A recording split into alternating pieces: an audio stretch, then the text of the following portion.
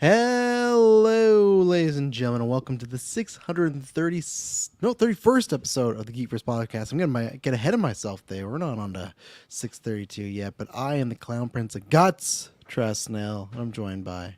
I'm the ride now, Kirk Batzer. Hey, I'm Dylan.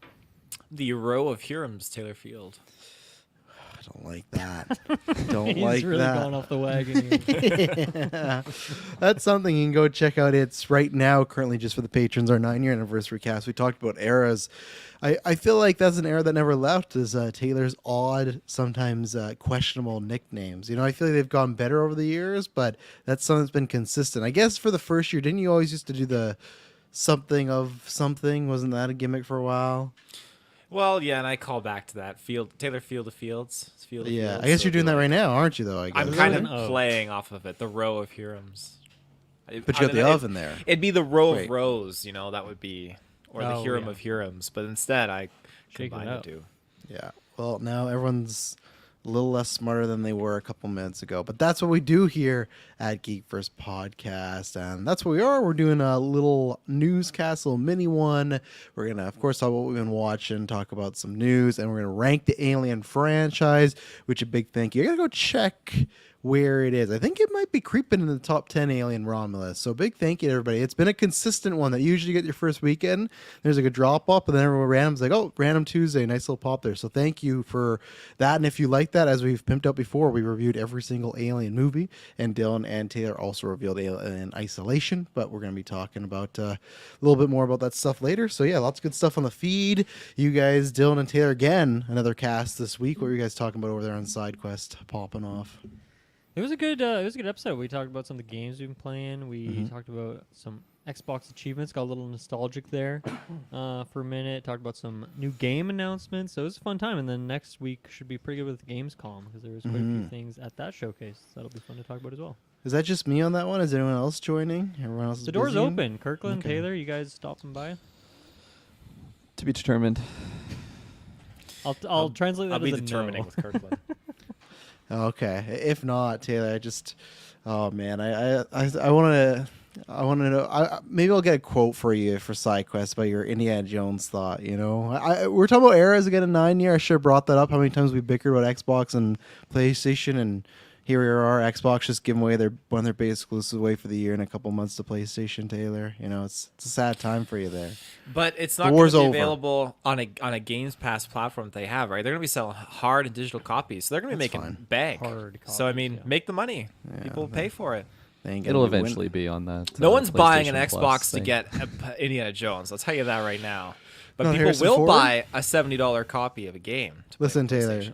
Suckers. I don't know if anyone's gonna be buying an Xbox soon. You know, look at those numbers. But no, I just like to poke the bear. It's a eternal war, and man, I'm excited for SideQuest. Lots of good stuff to talk about there. Anything else on the feed right now? Next 2 weeks, there's gonna be a lot of stuff. Lord of the Rings, which we're gonna talk about later on. We got Rings of Power. That's coming out next week. So it's gonna be episodes 1 to 3. We'll be reviewing that. We have the Beetlejuice retro and review coming out soon, so that'll be coming out. And and then stay tuned. Soon we'll be recording our originals. After this, we'll be dropping that. And in September, we're gonna make some announcements, some changes on Patreon, some things to do with retros and originals and bread and butter. So look out for a little post there. Nothing too crazy, but some things we're trying out, and let us know some of your thoughts. But yeah, that's what we're going to be doing. So lots of exciting things happening. But Kirkland, I'm going to start with you. Have you been watching anything exciting? We're going to start there. Have I been watching anything exciting? Well, since we, had our wonderful GV day, finished up our 2012 Yes. list there. Or free. Finally. Well, first of all, I finished Receiver. I can't remember if I updated that. And then I started watching the we talked about quarterback last show. week. Okay, yeah. Yeah, so we're I'm going to start the GV almost done the quarterback one now. Fantasy Football League coming up. Yes, I'm all for it. Let's do it. Sign me up, Scotty. I got 5 with you included. There's at least 5 people, and we haven't even put this in the main Discord. So I'm ready. I can't It's wait. gonna be a party. I can't wait either. Hopefully, I have some rookie luck in that situation. But anyways, put those ice. Like away. your Let's ice just- cubes. Sorry. Ching-a-ling. Only Jesus. fucking ice cubes. What do you mean? What do you mean? Kirk, what you watching over there? It's like a 60s housewife. Hey. Tell me, honey, what was your day like? ASMR over here. Yeah. Nice. But no, I'm almost done the quarterback show, which I like less than receiver. I feel like I just don't like all of the characters in it. So they that's follow why, like 3 individuals, and it's just like, I just want to focus on this guy. Whereas the other show, I was interested in all their stories. I think that one's only 8 episodes. It's a key thing with documentaries. You want to like the subject in them. Exactly. And then I just recently started up Queen's Gambit. I never finished that show. I thought I got like halfway through before. Yeah, I'm kind of late to the party on that one, but definitely getting into the chess realm. Like now, I'm just like, oh yeah, let's jump into this show now. I'm ready. Even just like now that I've played the game a little bit more, when they're talking about certain things, I'm like, I actually understand what they're talking about. Whereas the first time I tried watching the show, there's no real reason why I stopped. And it's funny enough, I actually thought I was way further into the show than I was, because everything that I remember was in the first episode. I'm like, oh, okay, I just watched the first episode. That's a good sign. I've not That's gotten good. past that. But so no, that's gonna be a fun one to finally finish up. Because what year was that show even? Was it COVID I feel era, like or was it no, it's a little before. I feel like it's 2017 before? Yeah. to 19, somewhere in there. I imagine. No. Someone It's search definitely it more up. recent than Let's that. go. 2021. 2020. Yeah, it's COVID. It is COVID. Interesting. Okay. I just thought it was way before. Maybe it was the casting, but I thought it was earlier in the And GV. Oh, even just, yeah, I like, guess that makes sense. How massive Anya is nowadays? Just thinking, like, was she really that massive in 2020, or is it like Queen's Gambit really like? I know she was already popular before then, but like, was that Well, I don't know, what like set her how, off? how massive. Me is and Dylan were she gonna say the same really? thing. Yeah, Anya? you can make Yeah. you can make a case with Furiosa. Furiosa, like, man. Like, But that Huge, showed. like Furiosa, but like what else? I think that's the thing Menu. that this the menu. Everyone loves that That movie. was a COVID movie. No, I'm kind of with Dylan where that's a good maybe bread and butter to talk about like the new class of Hollywood, because I think you have people like Pal and Sweeney who have like open movies, but then Anya Taylor-Joy, Furiosa was her chance to be like, oh, I'm a star, and that movie.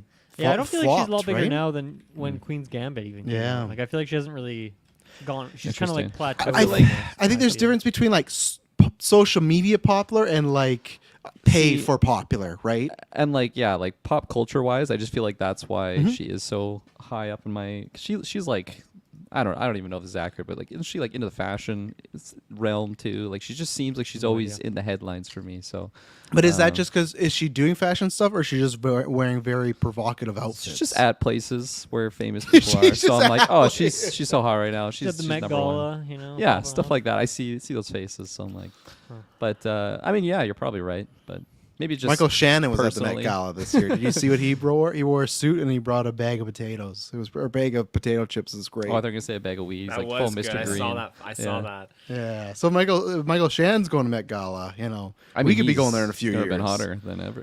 Yeah, we get a couple of film festivals. We'll go there. What would you wear, Yeah. Kirkland, to Met Gala?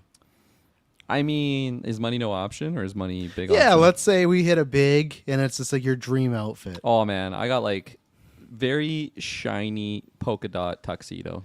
Very Okay. very shiny, but like not like Shiny.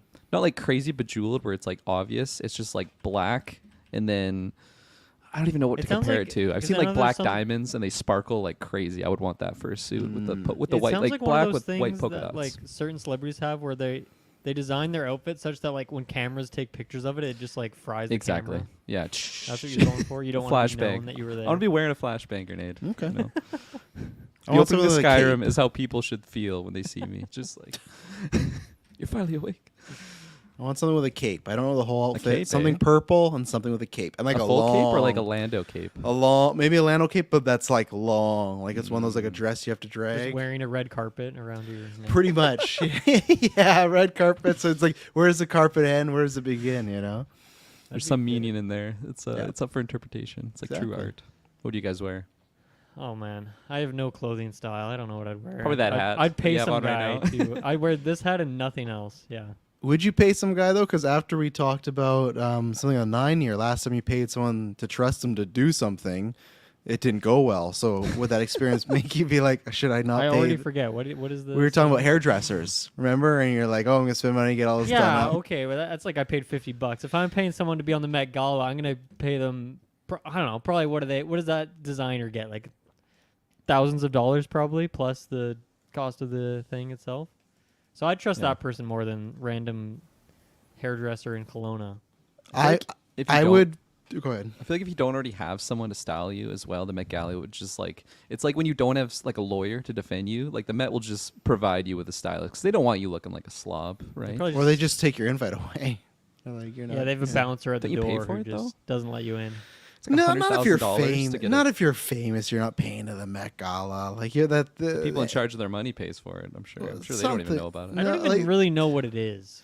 It's a chance for celebrities to get to Charity rather event. be weird together. Like, let's just be honest. I want Dylan to wear like something GameCube related. That's what I want. Like GameCube. I want a like- Spelunky shirt for sure. Well, I Spelunky got Smash. GameCube's got the handle, so maybe I can just be carrying Michael a GameCube Shannon. like Shannon Yeah. wearing potato chips. There you go. Not wearing his potato chips, he was holding his potato. Wait, potato chips or potatoes? Potato chips. Okay, I thought He you said did originally potatoes. say I potatoes, did, but I I mean- corrected myself. You missed that I do part. think that it was would on be better, though, episode just a Ziploc 631. bag of mashed potatoes. I like that imagery better than Mashed just, like, some potatoes. sour cream and onions. In Or the like scallop plastic bag. potatoes, maybe Yeah. cheesy Oh, scallop it stinks. potatoes. Oh, it's Michael Shannon. I hope he brings potatoes every year. And Taylor, I feel like you just should bring. First of all, do you know what the Met Gala is, Taylor? No. Okay, you can just wear a kick-ass outfit. Just go with that. No. I'm rocking this for sure. I think you should I wear, want like, a a Dark Sasquatch Frodo? We got a outfit. shooter. We got a shooter. They tagged him. Taylor's gonna get tackled to the Dr. Doom. ground. It actually looks like a Nazgul. That's pretty badass. I like Oh that. yeah, if I agree. I'm with you, Travis. Like capes, they need to be a thing. I want to wear like a shoulder pauldron. I want to wear capes. I want to wear Hell like yeah. leather van braces. Like this should be a thing. these days. Chainmail, looking like a But Chalice. Well, yeah, you walk around in public, like you're gonna get, like you said, Kirk, shooter. Like people are gonna give you dirty looks, and it's a shame. That's such a iconic thing it's in a our real history. shame. Should bring it back. It's like capes and shoulder pauldrons way cooler than a suit. Like I don't mind a good suit, but man, capes and pauldrons.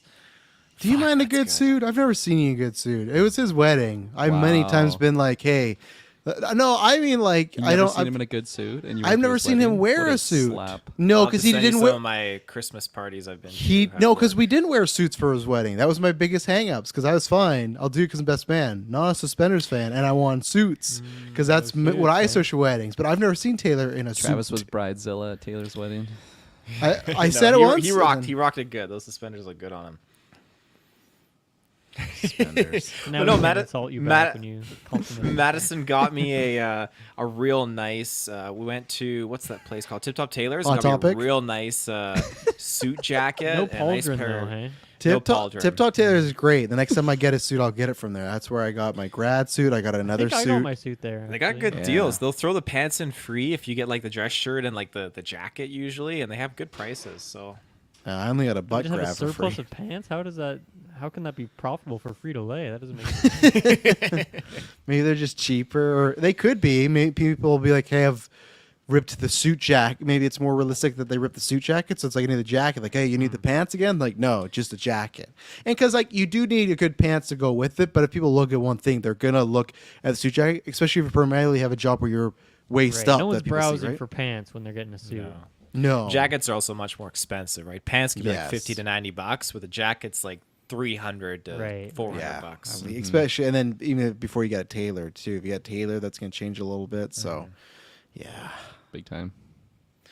How the How did fuck we did we get get here? there? What are you guys watching these days? Talk about quarterback. Anya. Oh, Anya, Anya, and right? then- She's and a then big they got star Met and all. Gala. Yeah, That yeah, was yeah. crazy. Right, Yeah. Yeah, Queen's Queen's Gambit. Gambit. It's fantastic. She's great. Yeah, that's on my to-do list. I want to get there. I don't know why in COVID it was sitting right there, but it's just lots of shows. So I'll get to it. This week I've been watching. I will go this week. Oh god, I should pull up the list. I've been on a fucking tear going on. So I rewatched Maxine. Still loving that. That was a good Nice. time. I haven't ranked that yet. I watched a movie called Mission to Mars or Mission on Mars or Animated one? Mission to Mars. No, it's a live action one. So the only reason I checked this out is because I saw this movie on like TNT when I was a kid, and whatever, minor spoilers, but Tim Robbins is in this movie in a small role, and he dies because he's in space. He takes his helmet off, and his head freezes and everything like that. I remember that image sticking with me for my whole childhood, and I remember And now we see it in like every MCU movie. So. Yes, exactly. Yeah. But then there's like scary aspects. So I remember this being a very scary movie. Not that, but like, you know, he's in there, Don Cheadle's in there. Gary Sinise is in there from SCIS or like Forrest Gump. Got Connie Nielsen in there. There's a couple other people in there. I was surprised, but yeah, not a good movie. Gets very odd and weird at the end, but it's one of those things of like I only saw scenes of it when I was a kid, and now finally I figured out, oh, was this movie? There's still one movie I'm still trying to figure out. It has to do with this couple. They go to a barn, and a guy tells a story about there being a serial killer, but he ends up being the serial killer. He's like a caretaker. There's so many movies. Like last month, there was a movie about possession and a woman dating a guy and using him as sacrifice, and I finally found it. And same thing with this one. So I have one movie left in my childhood that I've seen scenes of, but I don't know what it is yet. So I'm looking forward to that day if it ever happens. I watched 2 films of Osgood Perkins because Longlegs obviously, so he only has 4 films. I want to complete that because Monkey comes out next year. I watched The Black Coat. I talked about it after, so I don't need to talk about that again. I watched I Am the Pretty Thing That Lives in the House. Fun, or I'd say good concept. It's like a ghost story, but it is it was not. I still passed it. Had some good visuals, had some good score and vibe, but it was not one I would return to. It felt like it could have been a nice short story, and an hour and a half was maybe a bit too much for my liking. I watched Bone Tomahawk for the first time. This is like I'll say kind of Western horror. It's Kurt Russell. It's Patrick Wilson. It's Richard Jenkins. Matthew Fox, and there's somebody else in there, but it's them versus just oh god, what's his name too? Not David Schwimmer. That's Ross. Who was Courtney Cox? Emily, who was Courtney Cox's husband? David Arquette was in there. Yeah. So it's like, I don't want to spoil it. It's almost 10 years old, but I would just recommend to go watch it. I had heard in 2015 it was like one of the best horror movies of the year. And it's not exactly a horror movie, but it is just the way they take realistic things and make the vibe. And there is one of the most wretched death scenes you'll ever see. It is awful, but it was a really good time. So I'm glad I watched that. And then I think that's pretty much it. Like I said, yeah, I did Maxine Pearl X. That's it. Just a bunch of random stuff. Oh, and then I watched like some Adam Sandler stuff. I watched 50 First Dates. That was fun. Watched Beverly Hills Ninja. I think I might have talked about that. And then today I watched Hostels for the first time too, which I'll talk about on Side Quest. I've been on a Western mood, so I fired up Red Dead Redemption a little bit. So now I'm in that mood for movies too. So that's with Bone Tomahawk.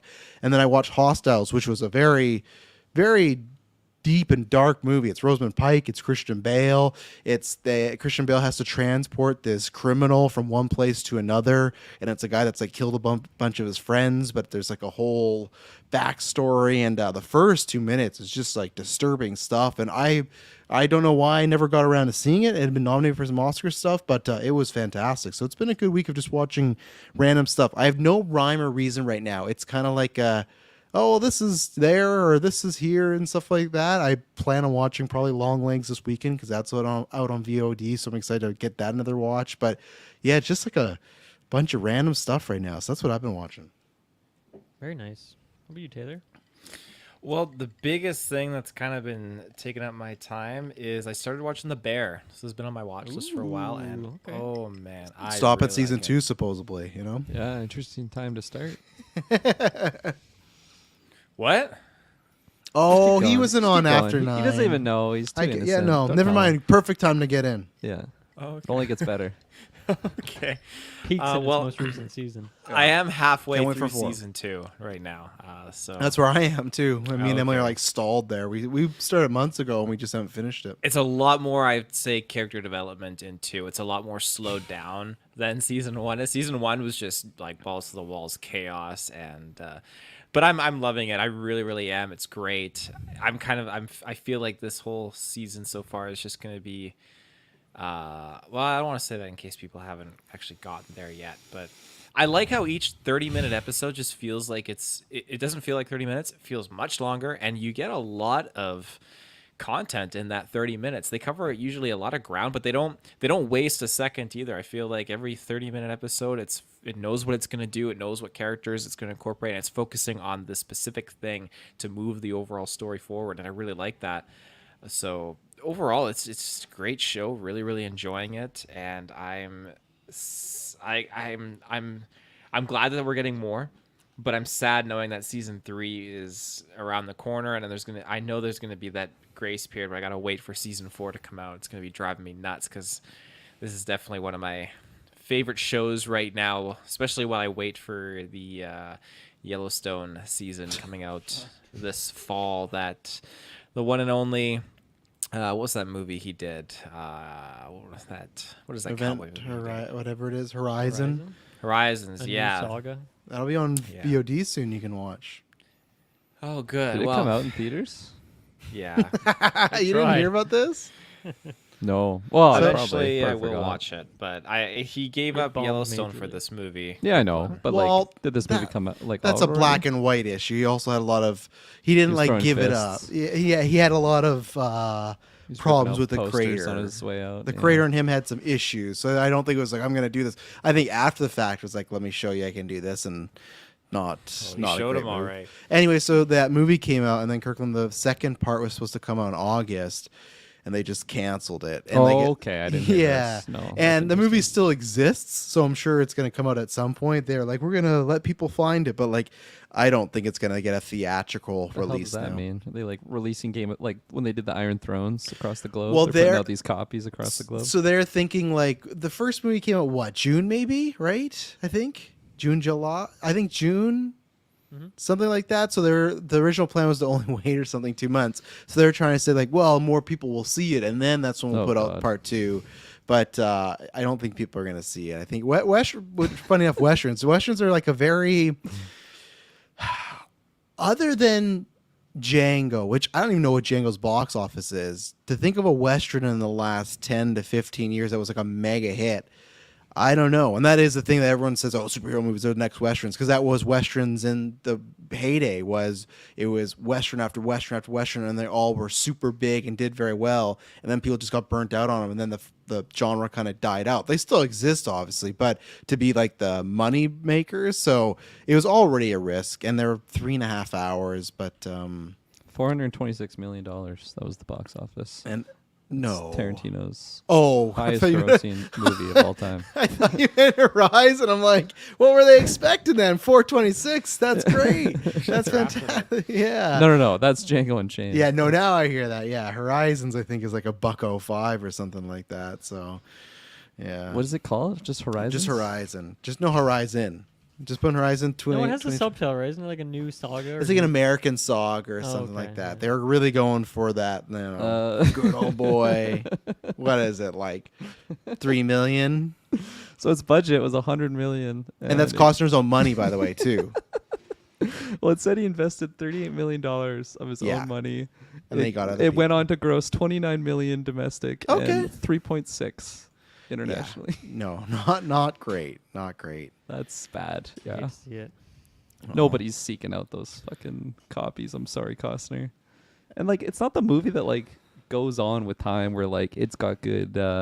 What's the term where it just?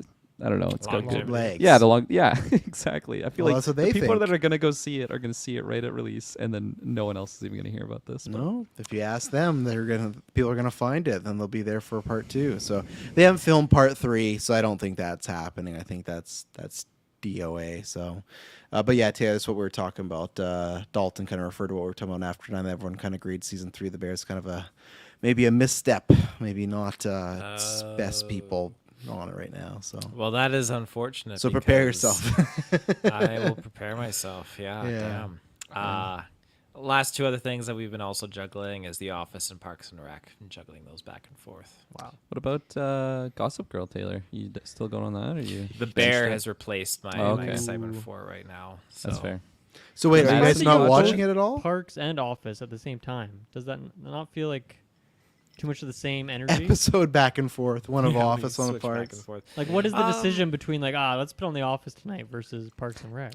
Parks and Rec is, you know what, we're probably going to pass out and not pay attention. So it's the worst show, is what you're saying. It's the Well, worst of the two? The Office is the next one where we are engaged with it, but we're kind of doing stuff. But we're definitely keeping track of it because we're past season Doing 3 stuff. now. Oh. And then the stuff Bear is you're like, doing? we're both present, we're both engaged, and we're not doing anything else. We're just watching the show. And then season 3, that can become we're gonna fall asleep. Might show. swap Parks and Yeah, Rec for the yeah. Bear. Yeah. That's funny. Very nice. For myself, I'll shout out a couple TV shows. I mean, one, me and Muds have been watching Love Is Blind UK.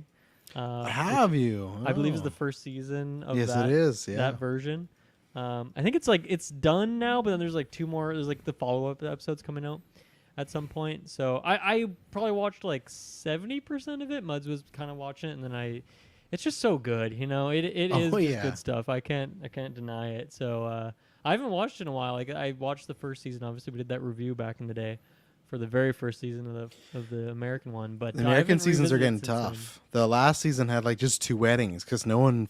These people Everybody are head hates each other. cases. They never Yeah. make it to the weddings anymore, and it's just it like before there used to be like 4 or 5 weddings. Now, last US season, there was like 2, and it was it's Did they like break up after the show too? Wasn't that released? It's Yeah, like I think that's Usually. pretty much everybody. Yeah. everyone. Yeah, it said like all the couples were. Oh no, that was the season before. They did my favorite thing where they did the wedding episode, also the finale, and then they did the reunion. Like here we are 6 months later, and they get this all, and everyone's happy. And then it fades to black, and it's like Kirsten and Kate broke up a month after this recording. So it's like this whole time, like, oh, they made it, good for them. And then it's like, no, they gave us a black screen.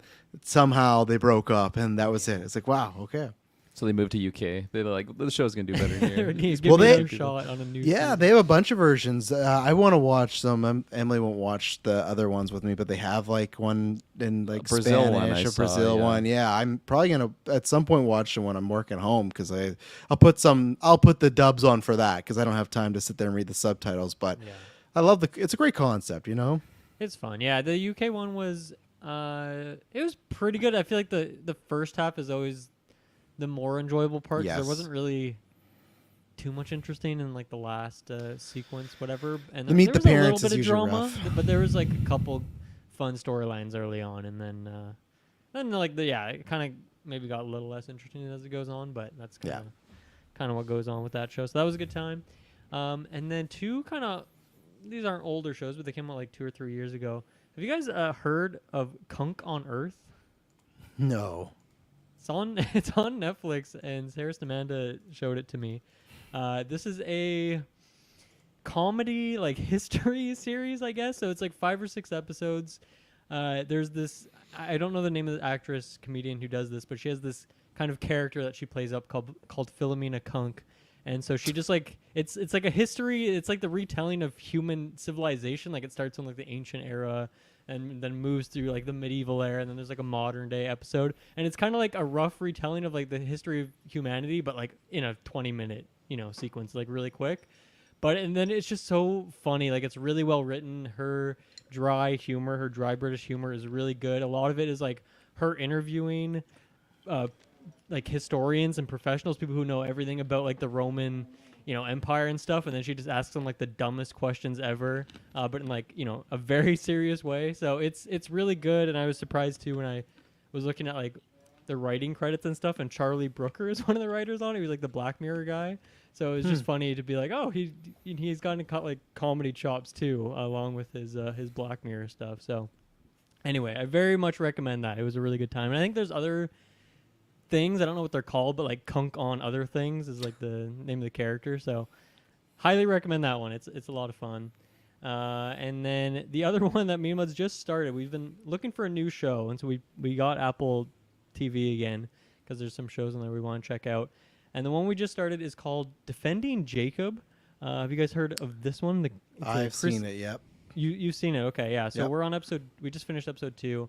It's Chris Evans, and then I forget his name, but he's in it. He's in The trailer we're gonna talk about today. Knives Out. Is he? What trailer? Y2K. Yes. Yeah. What's his name? That actor? No idea. I should know at this point because I've seen him in so many things. He's Bill from It. That's Bill all I from remember. It. There Yeah. you go. But it's funny to see specifically him and Chris Evans, and this is like a crime, like a there's some crime that goes on. Legal and it's a thriller. mystery. Yeah. Yeah. So it's funny. I feel like they probably got cast partially off like Knives Out and like being in a similar genre sort of thing, even though this is not comedic. It's very dark and moody.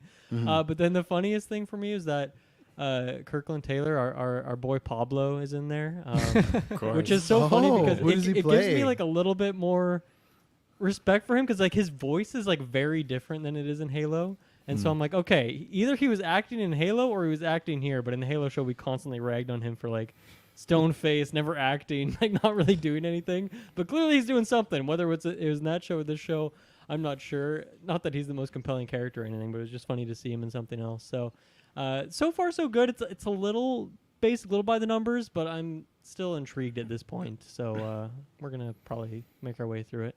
I think the back half they take some swings that I think Okay, for the most good. part work. Yeah, that are like, oh, okay, we're going there. Every episode so. ends with like a juicy cliffhanger. So Yes. it's got that going for it, of course.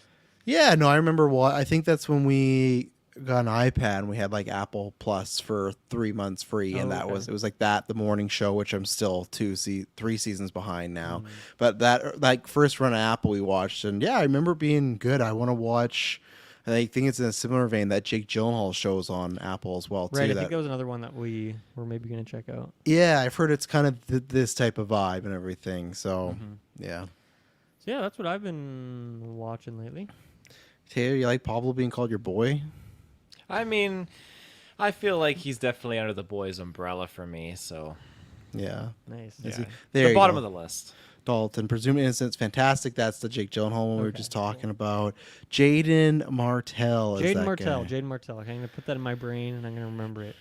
Yeah, I think it was one of the first original Apple. Yeah, I think it was. Really? I think the 3. I could be. Maybe it was later, but I think it was that morning show. And I know Momoa did that show called C, where it's like everyone's blind. It's like a post-apocalyptic world, and I've always wanted to watch that too because I think it's like season 2 or 3. Batista's the villain, and Momoa and Batista like fighting this thing. And I've heard majority of Apple stuff. I always just hear it's pretty good. You know, so, and it's like wow, but it's just obviously now they're gonna cut back on that. So Yeah, I forget when it was that we unsubscribed, but I feel like we had watched everything we wanted to. But then like there's this show and a couple other ones that like, oh yeah, those were on there at the time, and I guess we just totally missed them when we were searching around and stuff. So, but yeah, now we've heard of like 3 or 4. Like there's another one with Jim Carrey apparently that's really good actually, like another TV series that he's doing. So I'm curious to check that one out too. I've heard that Harrison Ford, Jason Segel one's good too. Shrinking, when Harrison Ford's playing like a therapist. It's like a good. I think it's like a. I remember seeing a dry trailer for that. comedy, Yeah. something like So, Well, that's good stuff, yeah. Severance. Yeah, I've heard. That's next Apple Plus subscription for me. When Severance, that's when I'll do Very the excited for watch. So season 2 of that. Yep. yeah. Well, let's take an ad break and let's get into some news. So we'll be right back after this. And we are back. So this one, I have it as the headline with its X-23 oriented, but I want to ask you guys like a general questionnaire sort of thing about, now it's been 4 weeks. Everybody knows about these characters because they've done interviews or teasers and whatnot. So I have 3 things for you. I'm going to hit you with them. 2 of them are not rumors. They're just, the stars. Should we just be clear and say Deadpool spoilers? Yes, Open here? Deadpool Okay. spoilers. I'd say at least for the next 20 minutes here. So if you've not seen it for some reason, bow out now. So I'm gonna give you the rumor that's from like a higher C tier person, which is obviously in the title, and then I'm just gonna give you the 2 scenarios that some people are pushing and some aren't. I just want to get your thoughts because we also talked about, hey, like in a future date, let's talk about where could these characters end up. So I want to run them by you. So as that topic says right there is a rumors that Marvel is having discussions apparently of putting X-23 in the Young Avengers. And I want to ask you guys, 1, if you like that idea, and 2, we've all, I think, kind of agreed that, hey, Young Avengers as an IP, maybe not the greatest idea, but if you add something like this, does it help? And then the idea of not only just Channing Tatum's Gambit continuing, because he said he would kill kittens to get a solo Gambit movie. Well, I don't like that. No, I don't like that. It was in a joking method, but I don't like any Did jokes he do to do it in a that. Gambit accent? Because Yeah. it's Oh, more kiddies. acceptable. Been waiting a long time for this. But then he said that he had pitched Feige and Iger, and it's up to them. So I would just love to hear like that meeting where Channing's like. I think he was fucking in chilling. character too when he like is having that. They meeting made him do it in walks in. character. For sure, the headband on and everything. They made him do it. Then when he walks away, Feige's like, "What a fucking idiot!" Like I he's can't like, believe he "Gonna actually be wore it. Yeah. What an idiot. But anyways, good night. Anyways, he's doing that where he's like, "Oh, I really want that to happen," and then it happened a couple weeks ago, and then Ryan Reynolds, because he's really kicking the hornet's nest, he's made this post twice now where he was like, "Oh, I think it'd be really cool if Wesley Snipes got like a Logan type of Blade movie." And then in his most recent post this week, he again enforced the idea that this man's the best and he deserves one last shot at it. So, of course, and especially with the Blade movie being up in air, people have been like, well, could this happen? Could they do something? So, Tim, I'm going to let you go first because you're laughing over there. I don't know what you're laughing about. Let's start with Blade. Because where are you in that? Would you be down for Wesley Snipes returning? I would absolutely be down. So would I'm you be more there. down if they said, like, we do this, but the MCU Ali version's completely dead?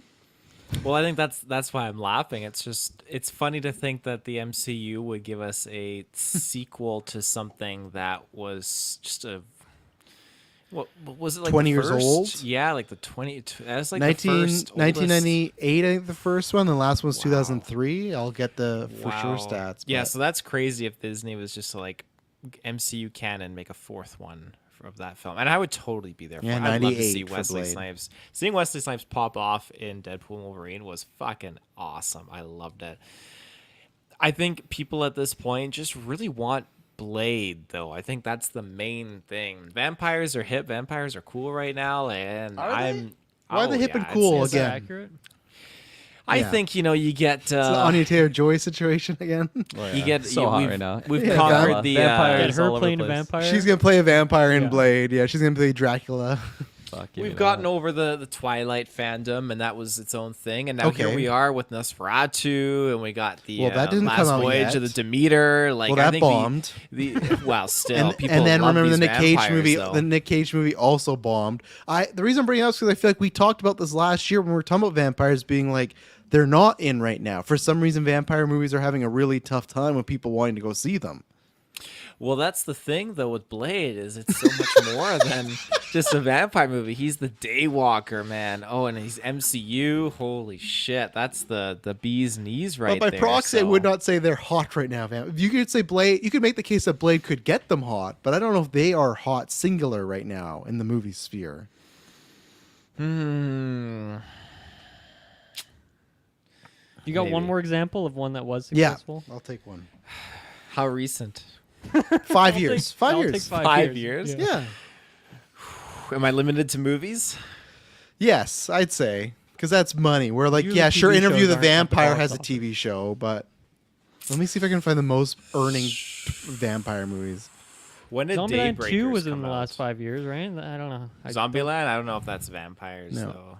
you're right, Daybreakers, that's Taya, zombies. that's 2009. Fuck, is it really? Yeah, Oh. you're doing I know, it. Abigail. Means That's good. Abigail. vampires, How did Abigail do? Give me Abigail. Didn't do good. Let me take a look Fuck. again. I think it was very minor because it was one of these movies where they did it and Isn't it there was a like sequel then? 3 weeks. No, yeah, Morbius. budget. Morbius. No, that Oh, remember Morbius. that budget for Abigail's 28 million Morbius, box a movie office. so hot they had to bring it back to theaters so people could go see it more. They did. Abigail only 42 million at the box office. And what was this budget? 28. So that thing definitely just broke Fuck. even or lost money. I wouldn't say that's hot. Was I Am Oh. Legend? That was a vampire movie. No, that's something else. Vampire zombie hybrid. Hotel Transylvania. When was the last one of those? okay. This Now guy's you're, Digging You deep. guys grasping right now. you're digging He's got a real shoebox deep. of Anywhere you vampire can. movies over here. Well, I have this weird chart. Some chart does count I Am Legend, but so here's the Does top count, yeah. 10 as far as 2023. So it's not counting this year. It's all Twilight movies for the first 4. And then the 5th one is I Am Legend, which I don't count. I don't count Oh, sorry, I was wrong. So it's 4 Twilight, I Am Legend, and then another Twilight, and then Bram Stoker's Dracula, Interview with the Vampire, Dark Shadows, Blade 2, and then Dracula Untold, and then Blade. So really, and other than Twilight movies, and I don't count I Am Legend, Bram Stoker Dracula is at 470. So they're not really. I guess they always got cheap budgets, but you're saying Blade. This is still the time for it, eh? People just I want think to play. Blade's definitely the time for it. And Dalton, I fucking love Underworld, but I don't think Underworld's making any like top 10s for. What It's it top was 20 earning. at least. It's top 20 is good. Yeah, it's top 20 is very good considering it's got like 5+ movies, I think. And you think it, but they should do it with Snipes and not Ali? Oh, the tricky thing is if that you drop a new Blade movie and you put Snipes in there, that people are gonna expect and see Snipes popping everywhere. Like that just kind of re-cements this character's position as like, hey, that's Snipes as Blade, and so having Ali come I in, don't like calling him I- just Snipes. There's something weird about Snipes. Snipes. I don't Snakes? know Snipes. I don't know Yeah. Snipes. Well, yeah, like you're saying though, it's kind of the Hugh Jackman thing where it resets the. Well, we got to wait this long now to get a new Wolverine, right? Because everyone's just happy that Hugh's back and they'd rather him be there. And yeah. it does damage to Ali's performance as that character as well. It's kind of like if you have Force Awakens, you got Luke in there too early, he's going to overshadow our main character becoming a Jedi, going on this Jedi journey. And that's unfortunately, I think, what would happen here. A lot of people, I don't see anyone crapping on the fact that Wesley Snipes was coming back as Blade. Everyone was through the fucking roof at that. So, I mean, if you drop a movie with Wesley Snipes playing Blade again, then it's just going to take the spotlight from people. I mean, people are going to be happy about Ali. They're going to be super stoked to see that iteration of Blade. But Wesley Snipes is going to steal the spotlight, I feel. And you could go the DC route. DC has multiple Batman right now and multiple different projects popping off. And that's totally fine. Is it working for them? Maybe just one Batman in particular.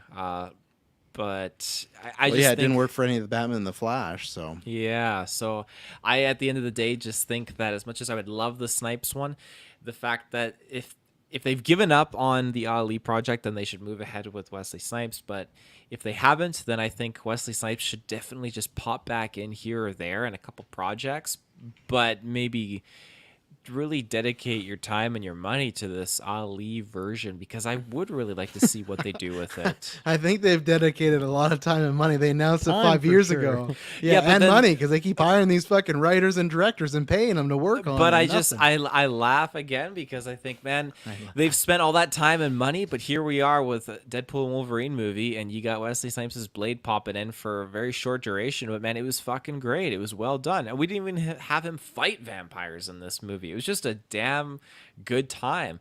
So obviously, maybe they're just putting too much thought and overthinking it a little bit. They should just keep it simple. I don't need anything beyond.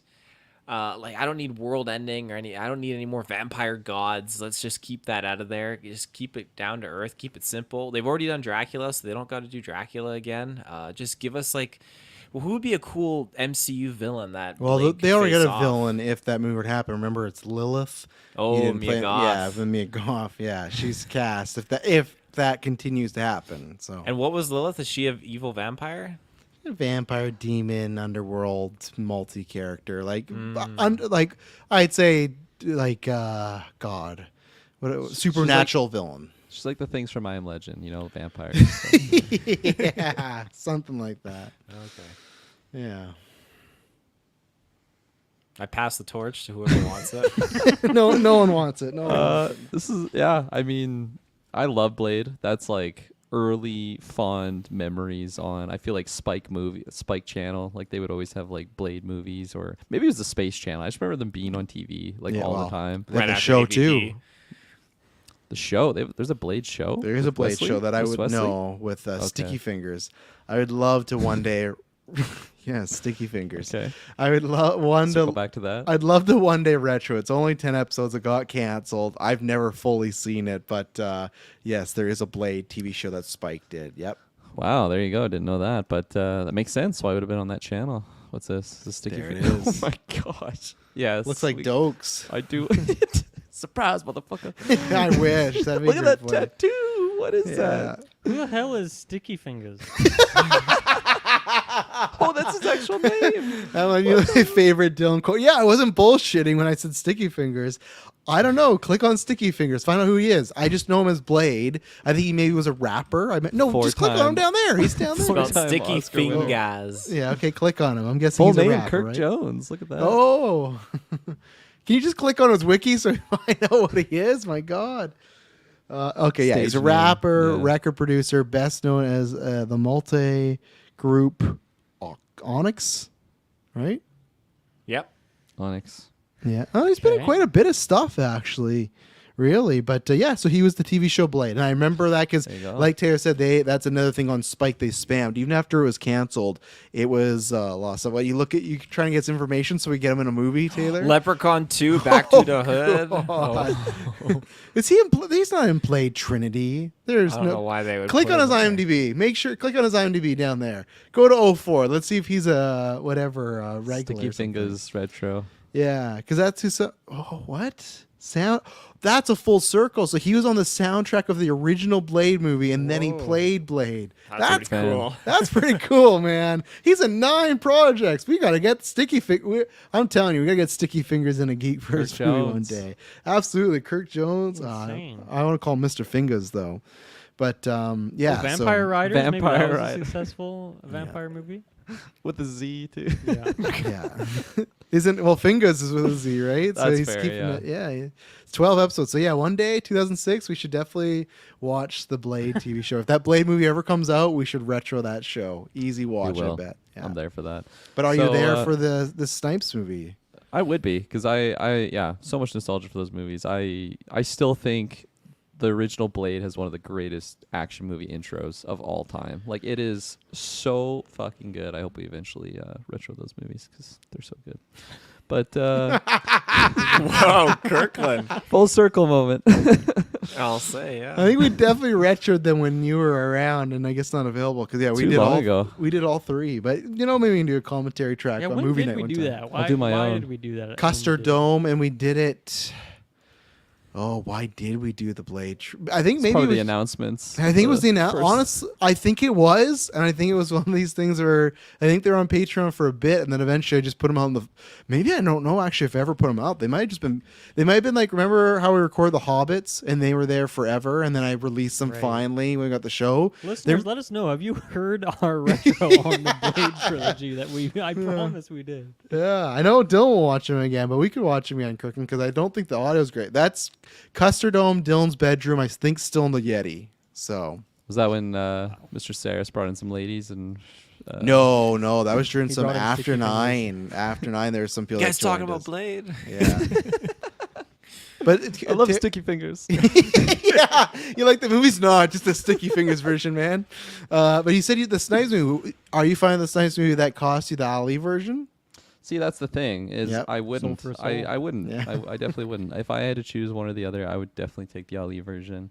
And like, it's also like, what's Ali doing when he's like reading these headlines? Like, what the fuck's going on? Like, I had this movie, another. Fuck Ryan Reynolds. He's trying to get this guy a Blade movie. Oh, he's in So- Jurassic World now, right? So he's like, I don't know. I think I he's mean, just he's like, fine financially, and he's Yeah. a phenomenal actor. I'm sure he's gonna have other projects, but like, still, I just feel like it's really strange that this one Blade movie has been so just in the void essentially since the announcement. We have one end credit sequence where we don't even see him, just his voice, and now we're having talks that we're just gonna bench that for the old boy, get Snipes in there. They'll redub it with Snipes' voice actually at the end of that movie. oh fuck, you ready for that, motherfucker? It's like a fucking George Lucas special feature or what Special was it? edition. Yeah, the special edition. Yeah. So no, they're yeah. gonna scrub Eternals like Acolyte. They're gonna write it off and take it off Disney Plus here, and you'll never Yeah. see it again. Delete the files. Yeah. And like, so yeah, I that's my opinion on one or the other, and I feel like even if you do both versions, it's really strange. Like if you do Yeah. that, so I don't know. I'm not asking for the Snipes version, but if I get it, I'll be there. And I don't think it would happen, but like if they did a Logan level like send off for this character, it's just strange too, because even though I have a lot of nostalgia for Blade and like Wesley Snipes' version of that character, it's just like I just don't feel as like emotionally attached to the character like I would have been for like Yeah. Logan, because we just went through all of his Fox movies, and then to get that big send off for what was my favorite version of that character and probably many others. So like it's just weird, especially if they're throwing around that like terminology around it, like trying to do a Logan send off for like who's asking for a Logan send off for Blade? I other than think Wesley now. Snipes. I think a lot of people would be now, because I think so. I still don't subscribe. Lots of people try and say Blade started the comic book craze. I don't agree with that. I think X-Men gave it a little push in the door, but I always give the credit to Spider-Man 02. I think that's what really hit it over the top. But the way. Go ahead. To add on to that too, I didn't even know Blade was a comic book That's character why. until That's why. Ultimate Yeah. Alliance. Whatever game Tons he of was people in, didn't. that's the first time I found out that Blade was in the comic books, and it just blew my mind. And I had already seen Blade 1 and 2 and 3 so many times before that, but there's no like references or anything. Nope. There might be a Marvel at the start of the movie, but I there don't know. might be. Yeah, wasn't that and aware of that at the time, I guess. originally too, Morbius was supposed to be at the ending of the first one, but they took that out. But yeah, that was because Jared Leto was ready. Yeah, Young Jared even Leto. back then, 30 Seconds to Mars. He was like he's 12 years old. Yeah. Hi, Wes. But so the thing is, though, with the reaction, for me, same thing. When we were in the theater, the biggest reaction was when Snipes walked out. I don't think it's the same level as Jackman, but I think there is a sense of nostalgia. Like, obviously there is, but I mean like a bigger nostalgia that I didn't give it credit for. Because even if they didn't know it was a Marvel thing, I think a lot of people in our age and older did grow up with a Blade and watch those movies, and that was like an action horror movie, and I think Snipes was so iconic in the role. So I think there is something there. I think if you were asking this a couple years ago, I would have been totally against it, but I just feel like I've pretty much just given up on the Ali one. Like, I want it to happen, but I just feel like it's been 5 years. Like, I get it. I understand Feige said that like we're taking our time because we want to get it right, so I hope that's true. It's just that, man, it's been so long, and now there, 2 directors, multiple writers. It somehow just feels like the Snipes one would be more plausible, because even story-wise, you know what that story is, right? Gunslinger, it's gone his last mission. It's an easy movie to write. Snipes can still act. You get a decent director. Fuck, go get James Mangold or someone like a Mangold. Like, and I think it's like lower, like not to be mean, but like Snipes is going to cost a lot less than Ali nowadays. Like I don't think you would be paying them the same. And the thing is with Ali, as we've heard before, he pitched Blade to Feige. It wasn't that, hey, we're making a Blade movie, who should we get? So to me, and people have said this too, like Scoopers have said, like if Ali leaves, this project's pretty much just like dead. It's not like, oh well, we'll go get a new Blade. It's just this was his pet project. So it's the thing of, they weren't that invested in it anyways. So in my opinion, if let's say Ali does leave and they just say, oh, scheduling conflicts, or they even do some bullshit where Ali's like, I really want Snipes to have his send off and I think that's the only thing to do, because I really don't want another Blade right now. I was so set on Ali. That was one of my most anticipated movies. And now we're just sitting here like the meme. It's been 84 years. So to me, it's like, it might be the easier, more plausible route. Will they do that? I don't know. It's tough when Iger still says like they want to go to more trusted, valuable IP, right? And I feel like Wesley Snipes' Blade 4 is more valuable than I think it's more valuable than Thunderbolts. It's more valuable than clearly what the Marvels was, Eternals. We'll see how Cap does. It could be more valuable than Captain America, Brave New World. Like, I think there's a few IPs that they have currently that I go, yeah, if I had to take my bet of which would make more, I'd probably pick the Blade one. And especially if Cap and Thunderbolts don't do well, I think you're like way down. He's coming back. I could see it being even more plausible of, hey, we know Blade and Snipes will probably make money. We can market this as a one last hurrah.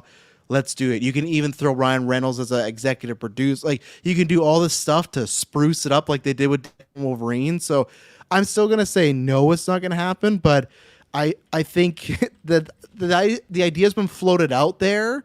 And the more time the Ali one doesn't happen, the more time I think the Snipes one could grow into something, especially if Ryan Reynolds, who's master at getting things done that aren't supposed to happen, keeps kind of kicking the nest, and he could be a producer on that movie. There's always a chance. So, and I'm down. Sure, I'd like to see what they do. So, I think I'm on the complete opposite end of the spectrum from you guys.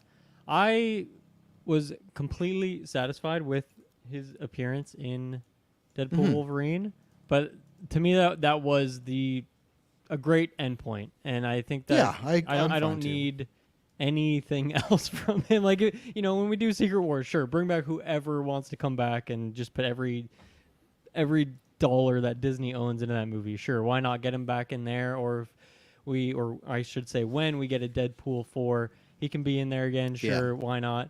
But I don't really want to see it. I definitely want this Ollie one to go ahead. If I was, having to pick one or the other, I do think that there could be a possible world where if Ollie leaves on his own, by his own choice, just because of how long this is taking, he wants to take on other projects. I think that could make sense for them to go that direction and grab Snipes, and even like I don't know. I guess it would be restarting the process at that point in terms of writers and where they're at with it. But hopefully, like I still would love to get Mia Goth. I think she's just perfect in a villainous role for a Blade movie. That just seems awesome. So hopefully we still would get that. But yeah, I don't really want this at all, and I hope it doesn't end up happening. And yeah, I think there's other places you could bring them back. But for me, it's like if we look at the others, like the 4 people from Deadpool, Wolverine, I feel like him and Elektra, to me that was like the perfect, old school character. Let's bring them back. We'll get one last hurrah with them, say goodbye. Cool. It's a little bit different, right, with Gambit and X-23, and maybe I'm a little bit biased too because I just want to see those two, and I don't really care much to see the other ones again. But I feel like just because of the legacy of those characters, there's still so much to do with X-23. She was only in one movie. Mm-hmm. She was even in that ending dinner scene, so to me that shows a little bit more that they have an intention of using her in a future thing. And then Gambit, since it never happened, of course, that's a very different story too. So I think that would be potential where, like, hey, they put him in there. Seems like fans are eating it up. They love it. So why not bring him back again? You could say I guess it's the same thing for Blade, but I just kind of feel like we've been there, done that. So, yeah, I hope this. I hope it doesn't overwrite where we're currently at with Blade. I hope they don't go back in the meeting rooms and say, let's put our Ali one on hold while we think about this, discuss this. I think you can always. We waited 20 years to get. To get Snipes back here, you can wait another 5-10 years and bring him back again at some point in the future, right? What do you think if the scenario fits the other way around, where Ali's the one that pulls out, where he's like, you know what, I'm kind of over this, I don't want to do it anymore? Yeah, I did say that. Like if he's out, then I think that would be a logical route for them to go instead of. Yeah. I don't know. I guess if they don't want to cancel it, I think rather than recasting, I think they should just grab him and do something. I guess. So, but even then, like I don't know. I guess I also maybe it's just my circles, the people I'm talking to. I feel like you guys are overrating how big and important that character is and how important those movies are. So maybe I'm off on that, but I feel like that's my impression at least, is that how much love you guys think there is there. Like maybe you personally have some love for it, but I don't think that would be like a slam box office hit if they did that as like a new thing. Blade for me, I feel like when I talk to friends that are not in like the comic book realm, like MC, like they're not fully updated on just those shows, they still just love, like they have a lot of nostalgia for Blade. So like when they saw Deadpool, I don't think I've known a single person who's ever cared about those. So I don't know. I just feel like it's probably just based on our personal circles kind of thing. I think they're like what Taylor said, where they were a movie that were just always spammed on space, sci-fi. Like they're always on TV for quite a while. Or that was Kirkland that said that. So get my name right there, buddy. Don't you dare put words. First warning. Taylor, pick up the slack here. Come on now. But yeah, I think they just play, and I think it's just for me, it's just little stuff of just the social media. Like I said, it's based on my theater, and it's just also based off. I remember that Thursday night when they did the cast walkout, and everyone got a good reaction. And then when Blade comes out, and obviously that is a comic book crowd, right? But it's just, and you need the GA to get on there. But like I said, I guess I hope Marvel would price that accordingly. Like when he says Logan type style movie, Logan had like a $60-80 million budget,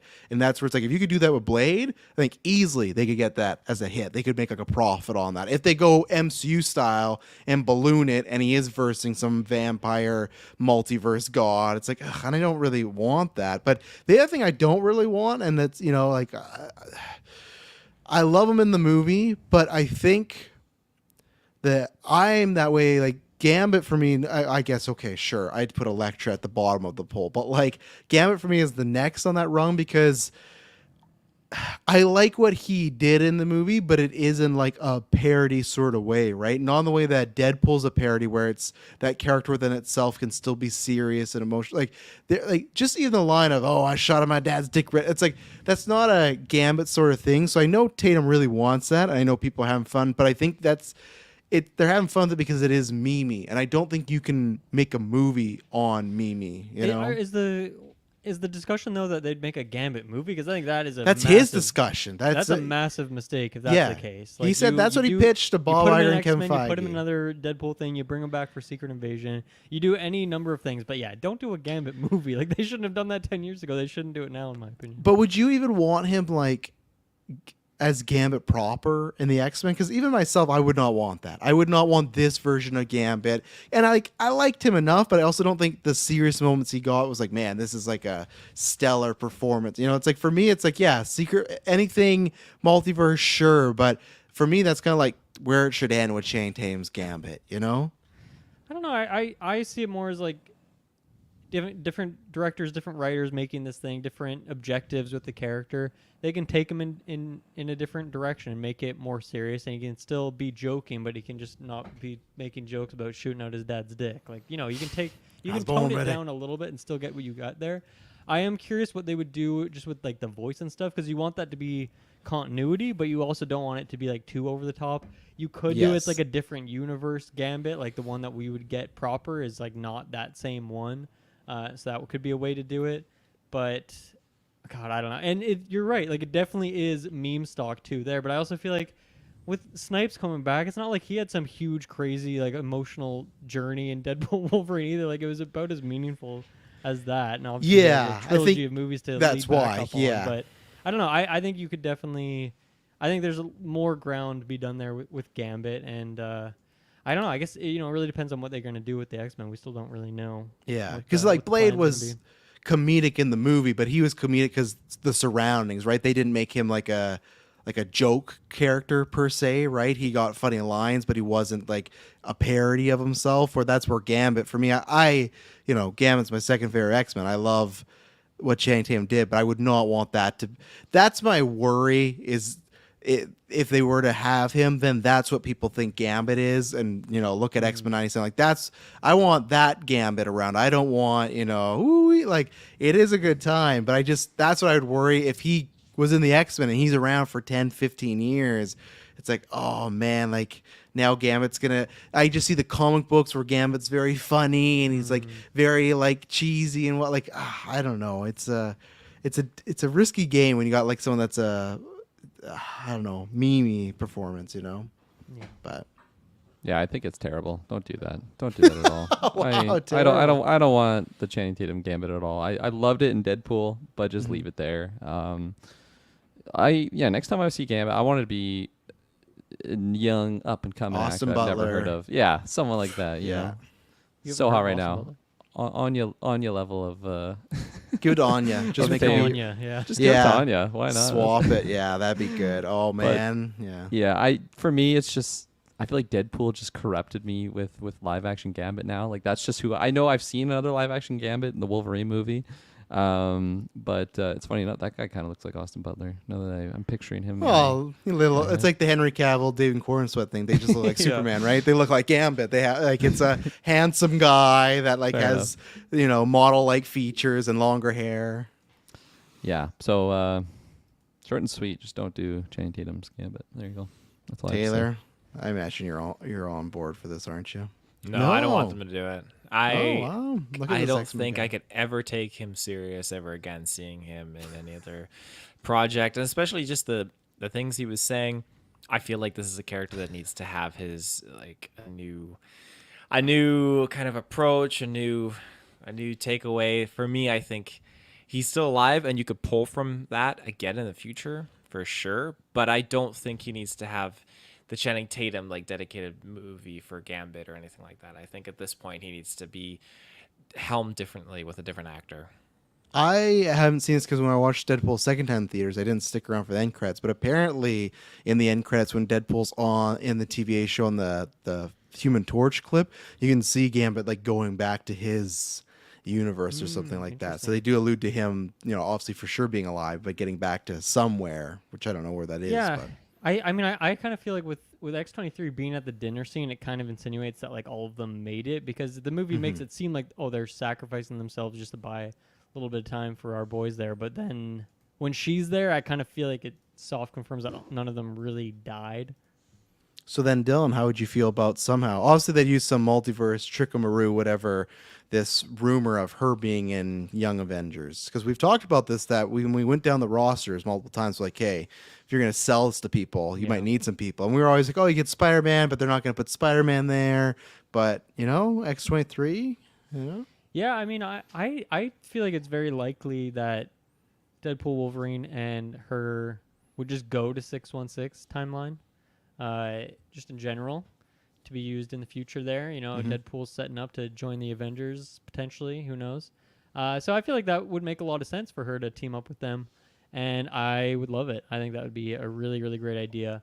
I guess we don't know this, but we can assume that Kamala and Kate Bishop is what the team's looking like right now. Throw her in the mix. Oh, what a trio. That's fucking super, super strong. So I desperately want that. I think it was so fun to have her back, and I definitely want her to play that character for another 15 years. You know, Yes. I wanted her to stick around. So I think that's a perfect spot for her too. I do because I did see that movie again. I don't think I've talked about it on the podcast really, but I don't know. It definitely posed a lot of questions for me with her, because she talks about how like she went and had this whole life before she got snipped into this realm, but then like she's still super young. Is it just because of like aging on like Wolverine people is different? I'm not really certain. Like how She had 7 many years do worth you guys of think life. has passed between Logan and her in this in the what's the name of the place again? the Void. The Void, yeah. 7 years. I'm just gonna go with 7 years because the Deadpool timeline doesn't make sense because Logan dies in 2029, and we're not there yet. They did the Fox thing where none of this makes any sense again. Where they are, where they're sitting, it's just kind of frustrating that way. I kind of thought I'm not sure if they're trying to be cheeky and be like, well, the Fox movies always did that, so we'll do that too. But technically, there should be 2 Logans right now in the Deadpool. When Deadpool 3 ends, there should be 2 Logans alive right now in the universe.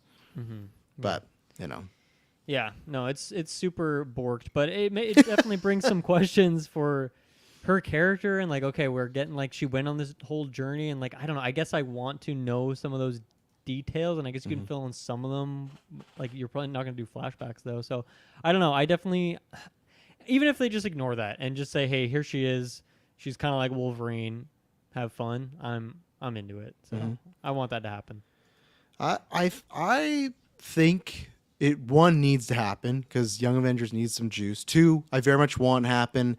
We're away from X-Men. Sure, put in the Young Avengers, and she can always be like, I'm gonna go on my team now. You know, like whatever. You can do that later on. I think there's some fun stuff there. And to me, my third point is every time we've talked about Young Avengers, I think we've pitched this to like a Patreon questions in the chat. We've always said like, okay, who would be the Avenger that could be their teacher or like the veteran member? That's what you get Hugh Jackman for, baby. You get him to be the guy that is.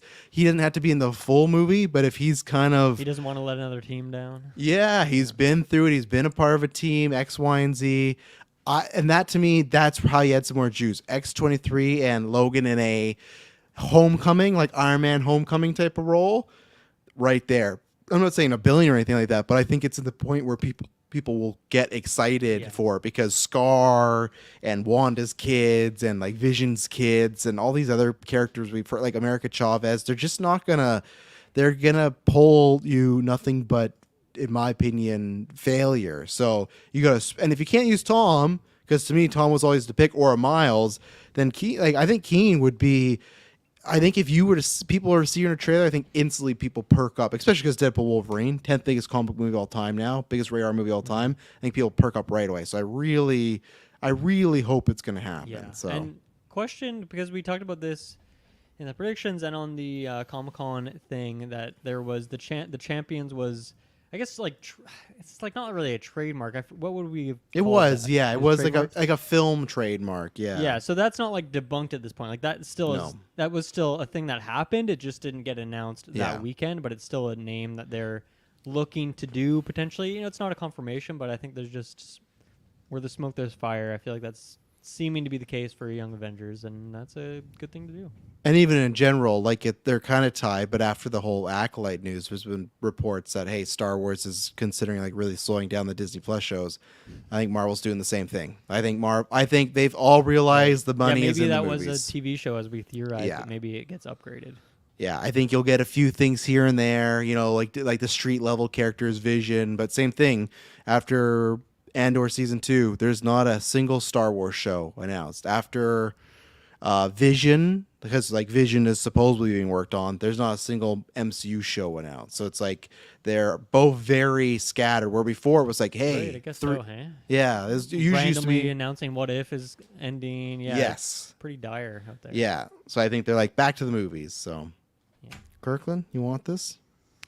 I certainly do want this. I think it fits really well to have her on the Young Avengers roster, especially if you're just trying to throw some extra cinnamon on that Young Avengers Good spice. cappuccino or something. I don't know if that fits well in a cappuccino. I won't take a typically. cappuccino, but I'll just take the cinnamon. So I'll give you some cinnamon for I like that. cinnamon. So yeah, I think it's fantastic, and I also feel like whoever is on that Young Avengers roster, it's not like it's a prison sentence that like you're only going to appear on Young Yes. Avengers types roles. So I think it's just positives all across the board, especially just instead of having to wait for like a solo X-23 project, it's like let's throw her in here and just let her cook. Let Daphne King. Let the king Let her Daphne become- Keen. Yeah. let King become the king. You know. Yeah, there you go. So yeah, I love that, and I love what you pitched with the the old wise mentor of Logan coming into the That'd be crew. cool. I like that. And like his back and forth with Kamala. Fuck, man. Oh, Come on. man. Hugh Jackman He's and gonna hate Amon. kids, that yeah. version. Oh, Yeah. yeah. That's what's going to be I so feel like good. he needs to have a partner in crime that he's doing that with, like a co-lead. I feel like it's classic Storm would be that character in Or- my mind, from the Storm would Fox be good. movies. Or do you throw in Bruce and that's how they reroute to get that Hulk Wolverine fight that somehow we've talked about this, remember? The Edward idea Norton. of not that one. I We've do feel talked like it would make sense to have a Avenger-y type character. 'Cause Mhm. Then you have the X-Men, and the Wolverine, X-Men, and the Avengers side that pair up nicely. Yeah, because maybe we've talked about before. Maybe something happens if Scar is on the team. Unfortunately, like if he dies and Hulk maybe pseudo becomes the villain of that movie. That's Scar dies. well, I think that's Just what plotting his death. I love it. no, Yeah, like, I haven't even think- seen this character yet. I really. think that's what they're doing. They're doing different variations on Planet Hulk and Hulk snaps, and I think we're gonna get there. But like that could be a way if you imagine Young Avengers, and I would love if it's called Young Avengers or Champions, but like they end the trailer with like Wolverine and Hulk about to fight. Like it is the Young Avengers, but really it's not about them. But yeah, because I don't think there's anybody else Avengers wise, because obviously Evan's gone. Well, again, we don't know who's the Downey, or we don't know who's on the Avengers. But Downey's Downey's doing gone. I he's think I saw a gone. scene with him dying. Yeah, and like I feel like Hemsworth, we know they're saving him for Deadpool. He does have now. he's got a young Avenger of his own, right? In Love and Thunder, right? He does, but I think they're gonna pay off that wise Thor crying thing. So I think they're gonna save Thor. I think Ant-Man would be really fun, actually. Yeah, Hugh and Paul Rudd. He's also got a yeah. young Avenger of his own. You could throw Yeah. in the mix. Okay. I could see Hugh and Paul Rudd. That'd be great because to me that's a character. Because with Bruce, you might respect him. I think Scott's a character that could annoy him, and then you want that with Wolverine, right? You want someone to push his buttons a little And bit. he's been so. through a lot, and he's not Yes. led teams, I guess. Well, he kind of has. He leads. He defeated Kang. Yeah, he leads the Ant-Man. He's defeated Kang, one of the strongest beings of all time. He's mastered the ants. So Phase 4. That would be and like, what's the future of Ant-Man right now? Like, he's not getting another movie after Quantumania, No. so I feel like that would be perfect. And Yeah. God, that seems like a box office success right there. Throw those two on the poster. They have the big heads, and then Yeah. all the young Avengers underneath with the smaller heads. Boom, billion. Yeah. And then you get some good scene where Ant-Man turns into Giant Man and he throws Wolverine and Oh, Hugh's like, yes, oh, he's doing the absolutely. thing. Yeah. Yes, I'm down. love it. Taylor, you liking what we're putting down? No. Oh, I mean, I want Scar and Hugh together. I want Ghost Rider. like, yeah. I don't just think he's a to- Young Avengers fit, but To circle back on Keen, I circle think back. that she would be absolutely perfect to kind of lead the charge here with the Young Avengers. I think so, because when I look at our roster, yeah, Scar and me America pull up all of the rumored Chavez and lists Kate, here. Kate Bishop would definitely be one of the highlights. America Chavez, right? She's got to be in there. Chavez, yeah, yeah, she's get in she's there. cool. But like, I think most like we've seen pretty much our whole roster so far. Like we've got our Hawkeye here- continuing. Our sorry.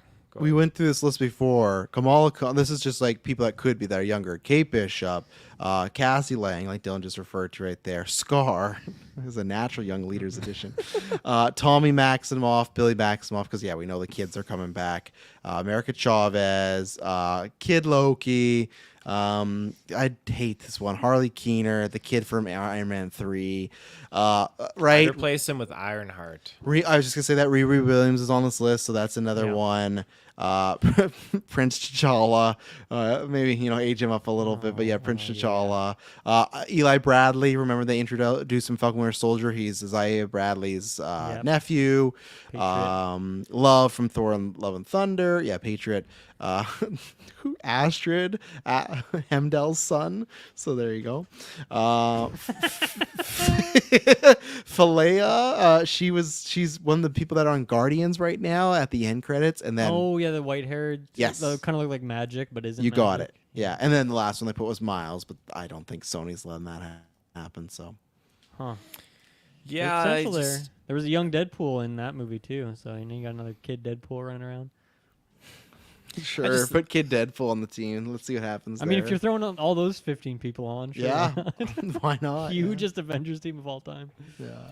Yeah, there's not enough juice there to really pull people No. into the theater. I feel like it's not got that excitement behind it, and I don't mean like, oh, you need a big name or anything like that, but these characters that are replacing the characters that we grew up with that took up that mantle of the Avengers, right? And so when you have the Young Avengers, which is definitely I can't speak on behalf of comic fandom out there, but for me, I feel like the Young Avengers is maybe more of a niche thing. And if you're looking at the GA, Yeah. I think that's a little bit harder of a sell. Especially But nowadays. especially nowadays, Maybe Phase 3, but no, but having Keen in there, I think that would definitely like pull the GA in for the most part, because I feel like even the GA has seen Deadpool and Wolverine, and they're gonna see her, and so I think that's just, you go for that common ground, that familiarity, and you build something with that. So I think that her coming in, leading the team, would be a great idea. And she's not busy with Acolyte season 2 anymore, so she's gonna have. Well, Wow. I guess had to take the shot. had to take the shot. But even if they didn't cancel Wait, it, is I mean, they Daphne still. Keen's an acolyte? She was. She was like, other than the villain, I say most people's favorite part of that show. Well, and the guy from Squid Game as well. She was a highlight of the show, but Sounds like a good show. Well, I got sad news You'd for be you. surprised that Mr. Dillon. oh man. All right, I think I had. This is an easy layup, but like, do we have any interest in him and Clint, Hugh and Clint? Like, that'd be an easy one to throw in there, right? If you're talking No, about Avengers, I don't have interest in that. I got a thumbs up from Kirkland, but I mean, a he can no be at from- the he can be at the facility. He can be At the teaching some cookout. stuff. But I don't want him as the one Avengers rep. I don't think. I'm I just. don't think I'm it just has thinking, as much sauce to it. It doesn't. He's a little bit cheaper though, right? Like than Paul Rudd. If you can't get Think Paul so? Rudd, Just get Then Happy Paul Hogan Rudd, in yeah. there. Happy Hogan's Not perfect. Happy Hogan. I'll take Harley Keener over Happy. No, I'm joking. Yeah, sure. But doesn't Jeremy Renner have like more legacy with Avengers and get paid more? For There's no that way role? Jeremy Renner's getting paid more than Paul Rudd. I promise you. Paul Rudd's a star on his own. Let me see if I can find this info. Jeremy Renner's not a star on his own. Jeremy Renner's never been to the Met. Paul Rudd, though? Come on. Yeah. But Maybe. Jeremy Renner, though, fucking scaring every tractor in the world. Okay, They can't apparently get Jeremy him. Renner made 15 million Off what? for Endgame, Okay. and Rudd made 8 million. So I hate to break it to you, but these Ooh, quick you Google lost. searches I did are What are written in the stone. What are the sources here? I don't believe He's one of the that. original 6 Avengers. He has So? a freaking signature on the end there. You know that's a bigger deal to them. Does he have a trilogy of movies? Absolutely No, he not. got some But show. How many shows does Ant-Man have? Rudd's initial salary for Ant-Man was reportedly 1.5 million. Oh, weak sauce. Well, That's okay. nothing. Okay, what did Renner that get in a paid for week. Avengers? Tell me what Renner got paid for Avengers then. His first appearance. In the first Avengers? Yeah. I'd go back to Thor. I'd say that would be. No, 3 no, no. million. 3 million he made in Avengers. 3 million. Okay. And then he kept doubling it, which is how we got to Endgame, I guess. That's a great deal for Renner then, because I just He's Hawkeye. He's the like guy with the arrows. I'm a Hawkeye defender. I love Hawkeye. I think Renner's a great casting. I think they haven't touched the surface where they could do that character. But Hawkeye has been the constant joke. People have been like, we don't need this character. Like, if you were to go to, I say, any people on the street and say, hey, take out one of these Avengers, Ant-Man or Hawkeye, everyone's picking Hawkeye. Apparently, in Thor, Renner's earnings were estimated to be between $100,000 to $200,000. It's pretty good for 30 seconds. I'll take that fucking job any Better day. than Ant-Man made in that Thor movie. So. Well, yeah, you couldn't see him. That's why his screen time. Hey, I was love stuck. Paul Rudd, and I'll take him any day of the week. But I'm telling you, this guy. I'm just saying, guy made Paul- bank. Yes, he did, but Paul Rudd is like a much bigger star. So I'm just surprised. I don't know. I feel like he's more of a quantity. But Paul Over Rudd's like quality in starred terms in of his- multiple movies. Jeremy Renner, like he hasn't starred in anything really. He starred in Born Legacy, that bombed. But maybe that's because Paul Rudd just says yes to everything, and Renner waits for the right price. He waits. Paul, He's how waiting a many while. movies- He's I waiting a feel long like I time. watch one movie every week that just has Paul Rudd in it in like random moments. He's just in everything. He's in all these movies ever. Man, Look you at got IMDb, it's Hansel, crazy. Gretel, Witch Hunters. You got Tag. Jeremy Renner is. He fucking did not. He was fantastic. not the lead of Tag. He was the I fourth. totally Mission forgot the Impossible? existence of Tag. Can you first of all? Was he the lead of Mission Impossible? That one Pretty Bourne much. movie. Yeah, he was that bomb. Can you tell me what Hansel and Gretel made, Taylor? I'm afraid More to. or less than Horizon, the American saga. I'm gonna say more, at least more than that. And I want to see its budget as well too. I think he was the guy they were trying to make a star, but it didn't quite happen. And I love Renner. I think Renner's very underrated. sounds like you Watch hate the the town. guy. No, Renner's great. So Hansel, Gretel, Witch Hunters 2013. Its budget was 50 million USD, and its box office was 226.3 million. Okay, not awful. That's pretty good. Yeah, not That's a awful. sequel. Massive. How much would you That's pay huge. to have Jeremy Renner in your next GV movie? Oh, I literally just said I love Jeremy Renner. That's not a 100. How much would you pay? 200,000. I How kn- much would you pay? well. Tim Hortons gift card, maybe. I'd really have Buy to. his flight out to Kelowna. I'd have to run it Okay, by let's not him. go that far there, Dylan. Yeah, I'd have to run by him. I'll give him a free year of Patreon to GeekVerse. You know, That's so. pretty good We'll value. do a retro. You know, we'll do a retro. His that whole he career. recommends. Yeah, no, his whole do a career. retro We'll put him Hansel on the and Gretel. Patreon producers tier. Yeah, and shout out to him Aaron out. Brady and April Darkness. Get that back up there. Jack Grant, Muds, and Sam, and Jeremy Renner. So thank you to that.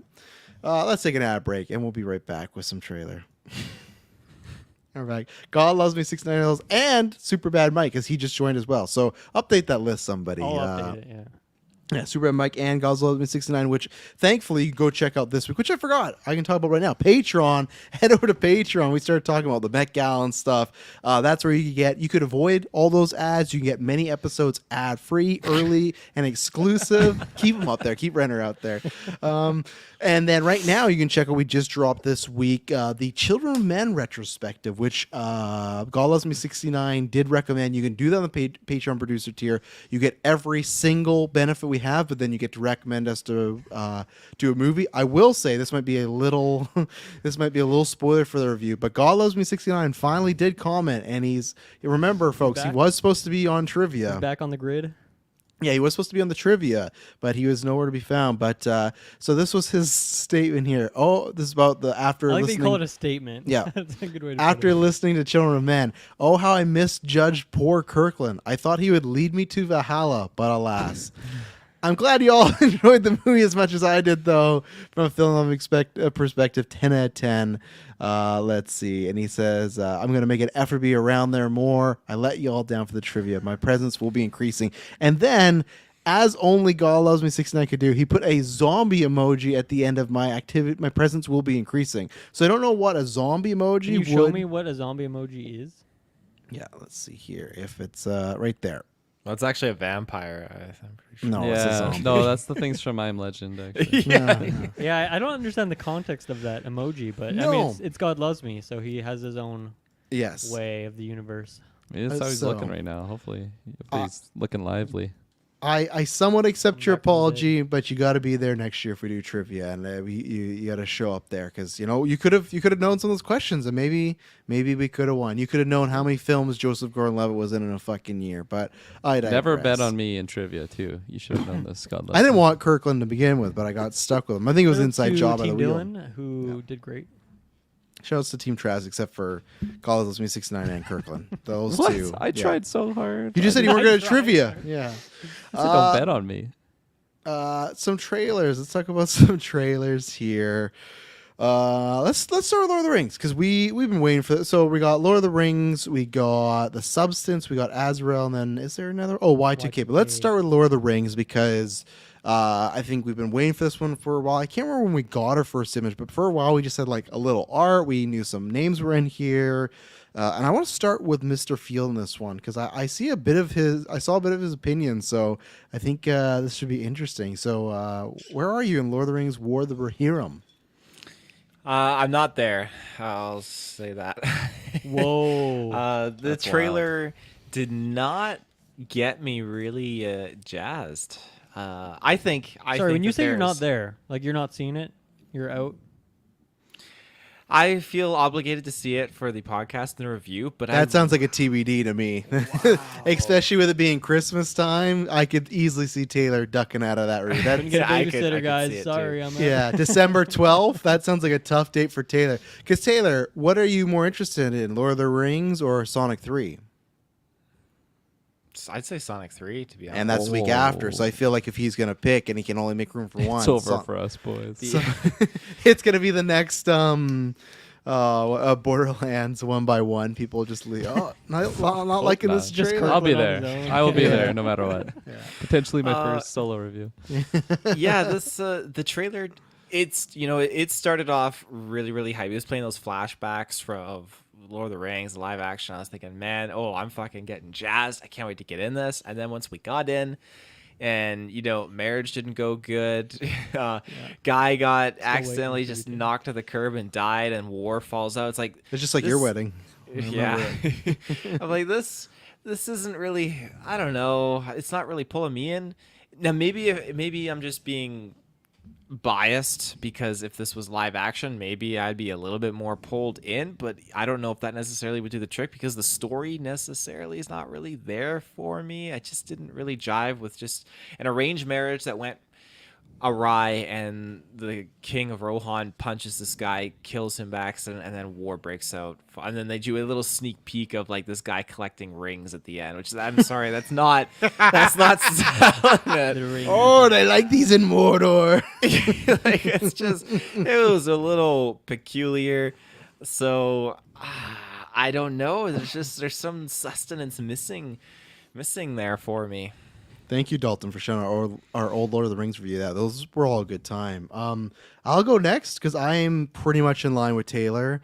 This was a super disappointing trailer, and my hype is very, very little. I will at some point try to see this because I won't be on the cast for this point, but I'll probably try and take the girls this because they're all in the Lord of the Rings now and everything. But one, obviously, yeah, I'm not the biggest anime fan. I can list on one hand the anime films or just projects I enjoy, so the style, but just I think for me this was also just a bad trailer. I did not like the from the mind of Peter Jackson and from the movie images morphing into animation. I didn't like that. And yeah, what Taylor pointed out, like that end bit, it felt like an end credit to try and be like, oh, like this whole movie's gonna be about this stuff, but guess what? The rings are here and stuff. I'm fine if Rings of Power does that because the show's called Rings of Power. It's about the creation of the rings and Sauron about to take, like, it's literally a prequel. Where I know this is a prequel, but those are prequel direct events leading into the book.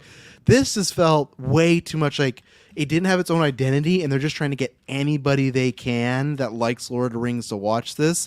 And just in general, like, I found it kind of odd too, where like Taylor's talking about it's this arranged marriage, but already in the trailer they're talking about like, you're not the man I love. So it's like it was arranged marriage, but like sound like they're all pretty okay with it. So it's just like, I don't know. Even this plot line's not that interesting. Maybe some battle scenes. So yeah, this did not do it for me at all, and I'm very happy we got Rings of Power coming out because I did not like, what does Mordor want with these rings? Yeah, that's weird. It just felt way too, like I said, kind of remember this, like, so yeah, no, I did not like this trailer either, from style, story, and just the actual way the trailer was edited or put together.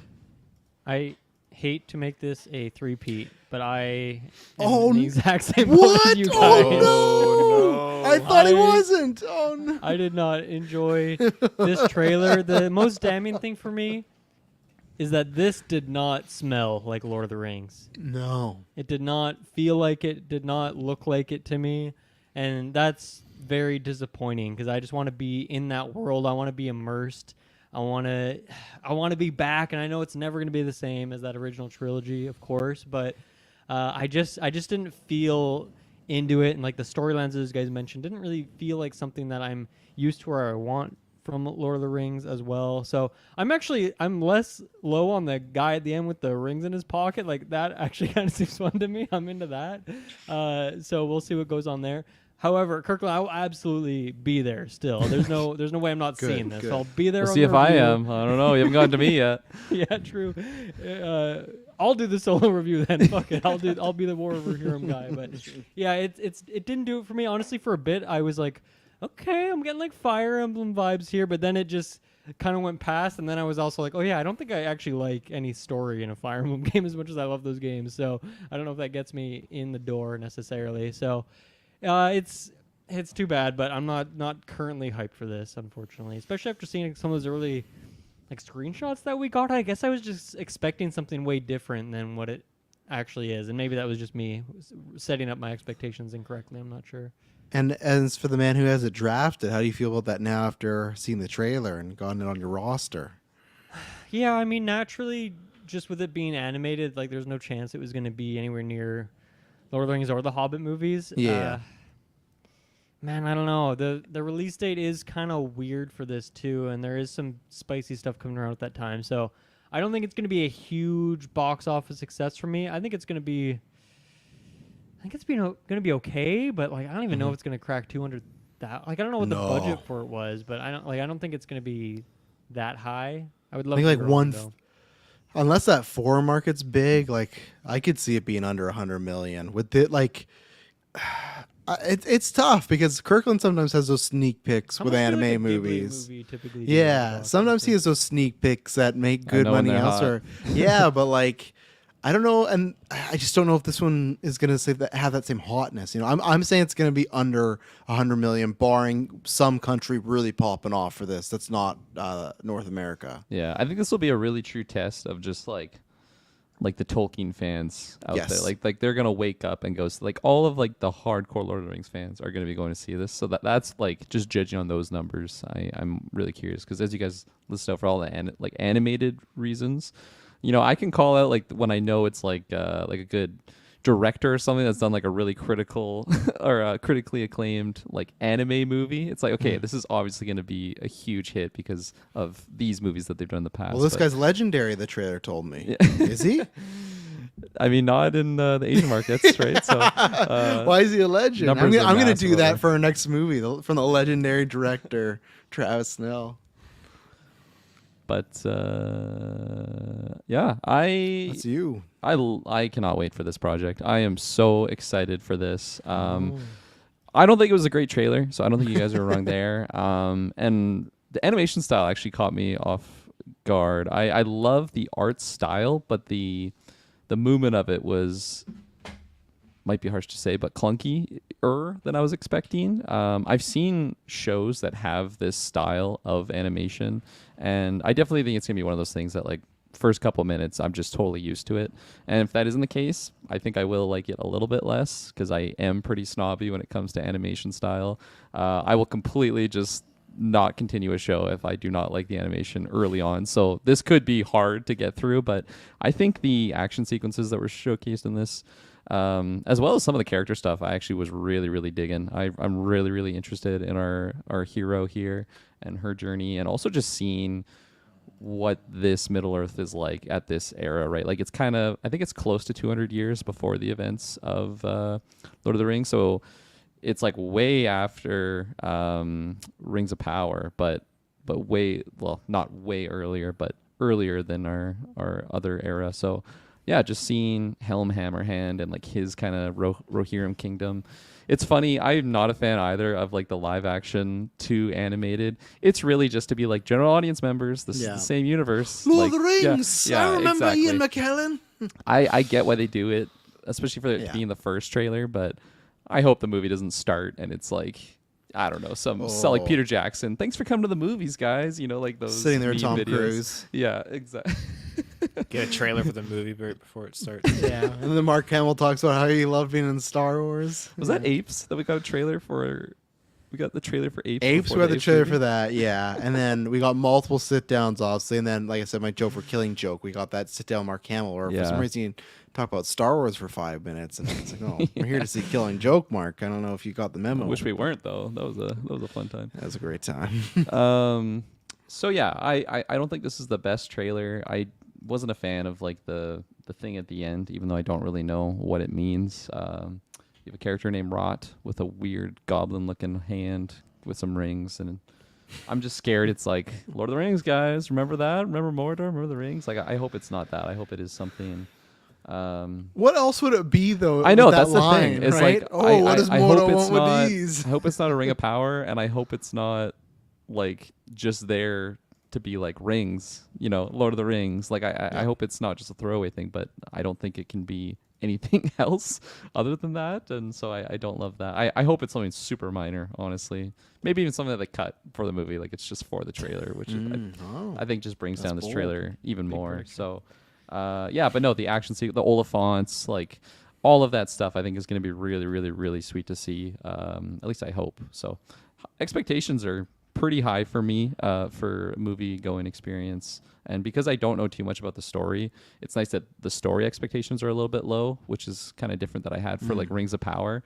So yeah, I'm definitely thumbs up even after this trailer. Even though I don't think it's the best well-made trailer, but yeah, I'm glad I'll at least have Dylan on that review. There you go. But yeah, I'm curious what like just general people are thinking after this trailer, because I've only heard your guys' thoughts on it. So yeah, just if the more general audience is bowing out, or the Tolkien fans It's out just there a are tough bowing market out, too, like, right? yeah. Because you got Sonic 3 and Lion King out the week before, or like the week after, then the week like the next 2 weeks you have two big heavy hitters. Yeah. So I feel like you got to make your money then. I just feel like it's like I said, it's because anime movies can make money, but I just feel like it's because they have a certain audience, or I'll say established audience.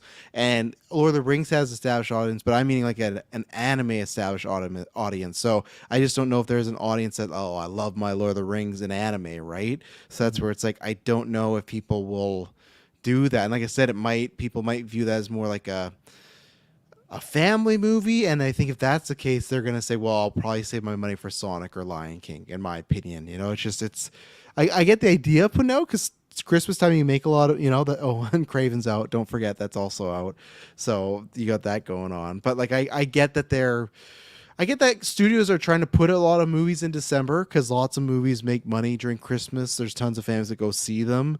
I never have, but it's a fact. They make lots of money, but I still think there's a case of too many movies of, so what?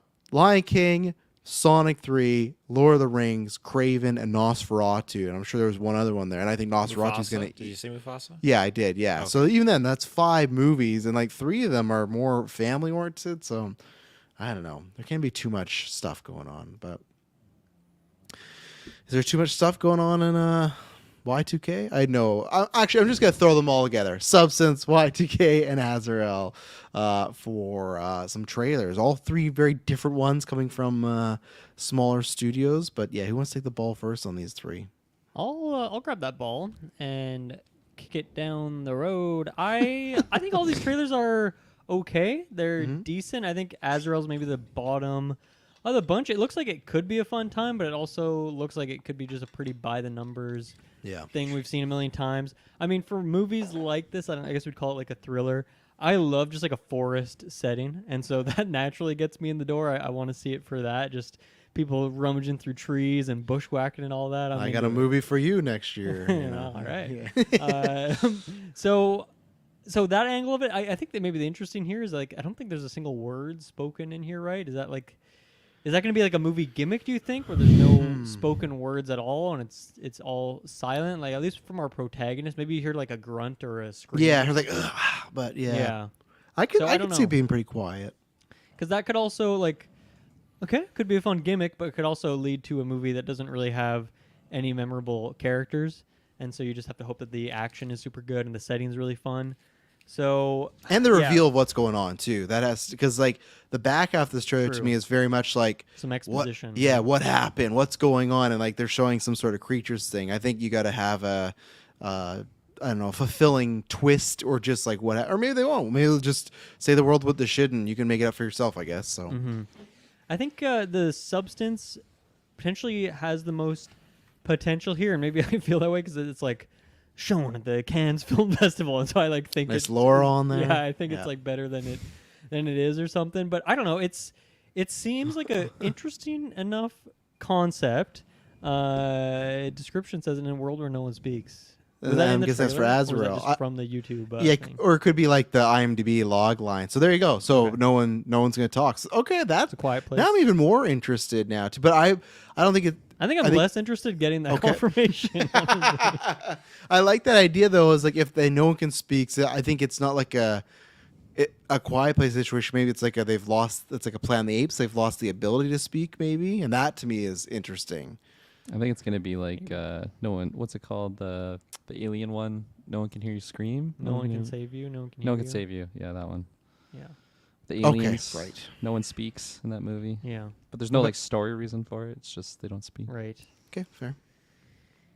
Back to the substance. I mean, you got quality in there, so of course that's really interesting for me. I think that one of the questions I have from this trailer is that it just looks potentially really cheesy, and I can't tell how much of that is intentional. Like especially with what's that? The guy's name is from like Dennis Day After Quaid. Tomorrow. Dennis Dennis Quaid. In a non-dog movie. Yeah, like he seems like he's hamming it up very intentionally and trying that, whereas I can't tell the other two. Like Quali feels like a fake person to an extent, so like that kind of works, almost like in a Barbie like overacting kind of way. And then I guess Demi Moore's like the most like down to earth sort of one there, but I don't know. It seems like maybe an interesting concept, but it's absolutely one I'm gonna wait and hear the Discord impressions of it. Like I none of these are getting me out to the theaters. That's not necessarily a bad thing. It still looks kind of interesting. And then Y2K looks like it could be like the bottoms of this year. Like it just could just be like a very fun time, just a good laugh all the way Oh, through. that Maybe bottoms. Okay, I thought you meant like no, not like the bottom tier. Like the bottoms, like bottom the movie. three. Yeah, okay. So it could be super fun. I'm potentially into it. It's directed by God, what's his name again? Kyle Mooney. Kyle Mooney, who like YouTube for many years and on SNL and stuff. And I like his vibe. I think he's a funny guy. So yeah, I don't know. That one has some potential to it. I like the just over the top kills and like all these kids' toys and things waking up and just VHS, launching a VHS at someone's face. Like that's good stuff. So I'm into it. I think it looks like fun. It's almost to the point of like, did really no one ever do this movie yet? Because that was always the thing, right? Y2K is gonna happen in 2000s, and the machines are gonna turn against us. And there's I'm not saying it has happened, because in my mind, and maybe it has, and they're just really bad movies. But I just feel like this would have been a plot line that would have already been done in like the aughts, and like, oh, they did that movie already. But I can't recall one. I think they're waiting for the demographic. I don't think, if you go back 20 years, I don't think they were basically set up, at least Hollywood, where, oh, something happened, we're gonna turn that around and make a show or a movie. But that's why I said within 6 odd. months. It's like the It hits harder 2010s when though? Y2K is like a nostalgic thing, perhaps. Maybe that's where it comes in. You're right. I mean, it feels weird that someone would not have made a movie about it. Yeah, and I'm with that. I suppose there's like a lot of B movies. I get that, but I'm just surprised no one of note. But yeah, I'll go because I'm speaking now. With Kyle Mooney, I'm like I'll say 60-40, not a 50-50, but like me and Emily lots of times would find his stuff on SNL to be the best, but it also could be there's some segment or joke that just doesn't land with you, and it can go on for a bit. And I could not tell from this movie what this was going to be. If it's going to be one of the skits that I and Emily highly enjoyed, and I feel like it would be that moment where if we watch SNL with other people, then no one else is laughing, but me and Emily are laughing. Could this movie be that, or is it going to be an hour and a half of this just isn't landing for me? This isn't working. Good cast all around. Like Kyle Mooney's in there. Like Jaden Mitchell, he's in there. That guy from Deadpool Marco. 2 and. God, what's that movie we watched, Taylor? Santa? Was it the Kurt Russell Santa movie? He's like overgrown elf. Oh, right. God, the also Hunt for Santa the Wilder People, right? Same Chronicle. guy? Yeah, the Christmas Chronicles. The Christmas Chronicles. That's what it is. He looks like he's doing the same role. So I really don't know. I'm kind of surprised Rachel Zegler, whatever you say her name is, in this.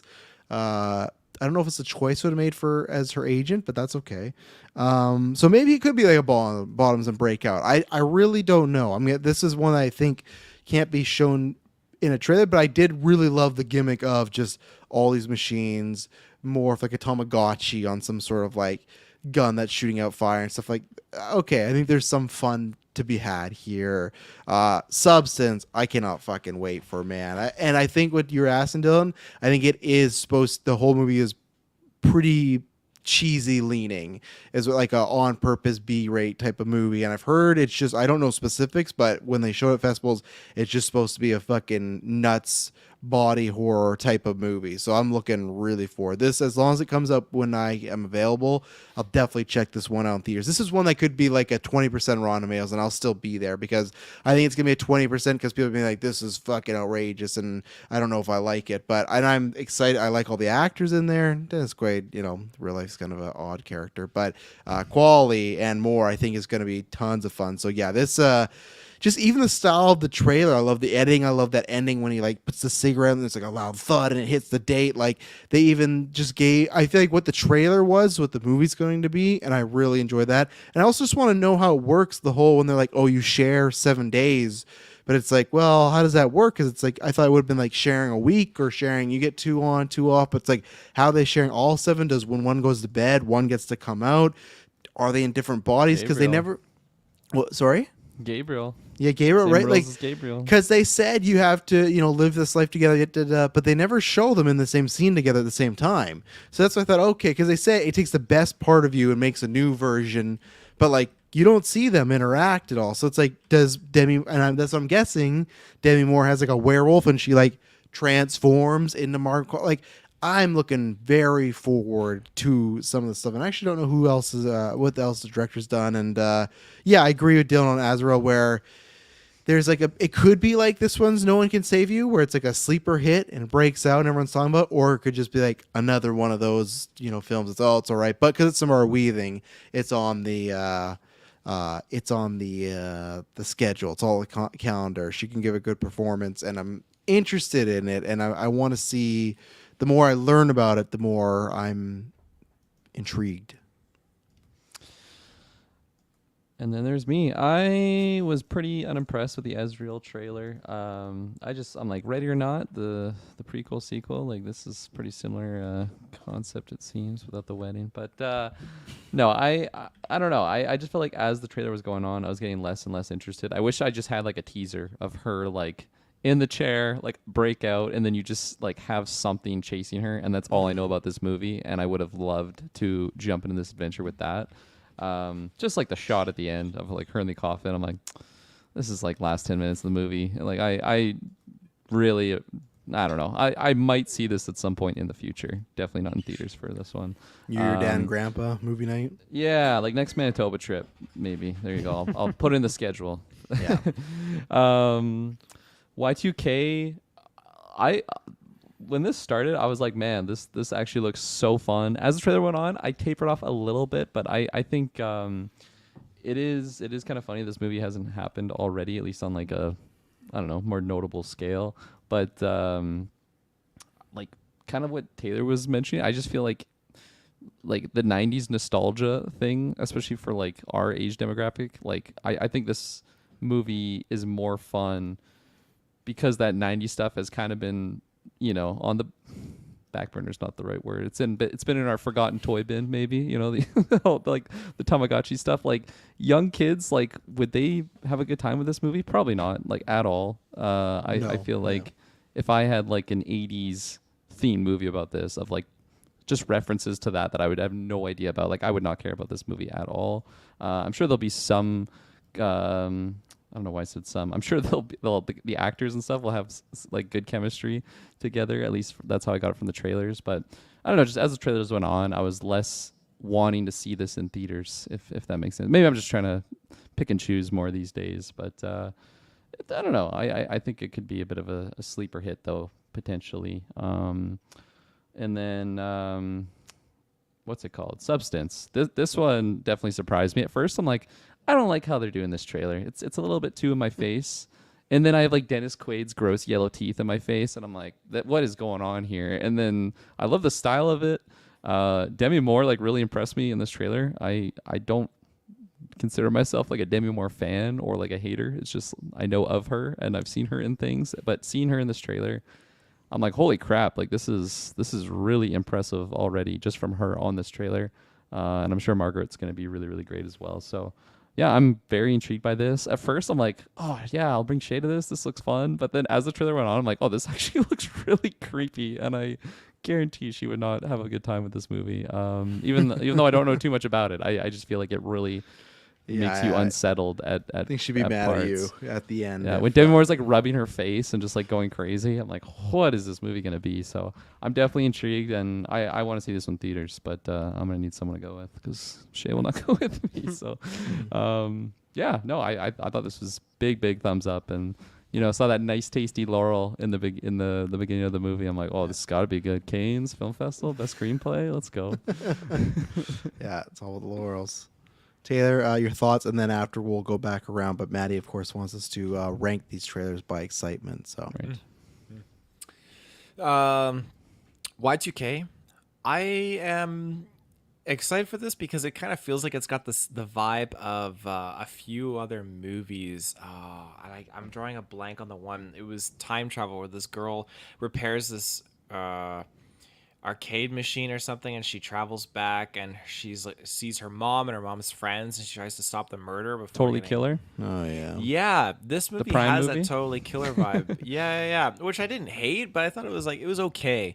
I'm not rushing to rewatch that movie anytime soon. Maybe around Halloween time I could see myself popping it on, but Travis not a fan. just watch Goosebumps. Just watch No, I did not like that movie. Goosebumps suck. Didn't like all the recent Goosebumps movies. I meant the suck. show, not the Oh, movies. okay, Yeah, fair. fuck the shows. Fuck Jack Black. but I'm still interested enough to check it out. The other one that we have, what was it We called? got two other ones. Substance. So I don't know if I'd be running to the theater for this. Like, Let's get UMass and Shay to go watch it with Kirkland and Yeah. watch us. Kirkland has a need great people. time. Yeah, and these three just I'm- hate you. I'm She curious. would walk out. She would totally But- walk out, and she'd be pissed. Doesn't seem like it's necessarily my kind of movie. Now, Azarel, I am pretty interested in this. I like the idea that it's one of those after the rapture movies. So you got people that have already been like, in this case, taken up to heaven or whatnot, and it's just the regular Joe Blows that are left behind. So, So this is a sequel to This Is the End. yeah. Yeah. Or, Channing Tatum's in this movie. As the, Or that other Nick Cage one where he did what was it called, The Missing or something like that. Ooh, The Missing. what was it? Left Behind. Yeah. So basically, he's a pilot and he's on this plane, and everyone just fucking teleports and is beamed out, and he's got to like fucking fly this plane, and it's crazy. What? isn't he a Yeah. pilot? He's Isn't a he pilot, but So And you is need he a co- you alone need a on the co- plane? You need a co-pilot, so half the people on his co-pilot get like beamed out of there. So he's What's alone. this It's called like, again? Left Behind. Left Behind. I don't think I've ever seen this. 2014, of Yeah, course. there It's you this go. era of Nick Cage. This that fucking era. poster, man. Just Nick Cage with some plane crashed in the That's background. goofy. Oh, that's on my watch list now. But yeah, that's what it kind of 1.4 feels at a like. letterbox. Yeah, not Oh, great. Clay gave it a 2 though, so there you go. There you go. Wow. But I'm curious about seeing these creatures that are stuck on the woods here, because it definitely gives me vibes that these things are from The Descent. They look to be very similar. I knew you were gonna go there. Yeah, so I'm definitely gonna add that to my list. There's a few movies in the same kind of vein that I need to catch up and watch, because there's one with Kit Harington with werewolves, and there's a few others that like Nick Cage in his shack with his 2 sons. And there's like at night they lock the doors because there's like werewolves or something out in the woods at night. Like there's a whole bunch of these films I needed to just catch up on.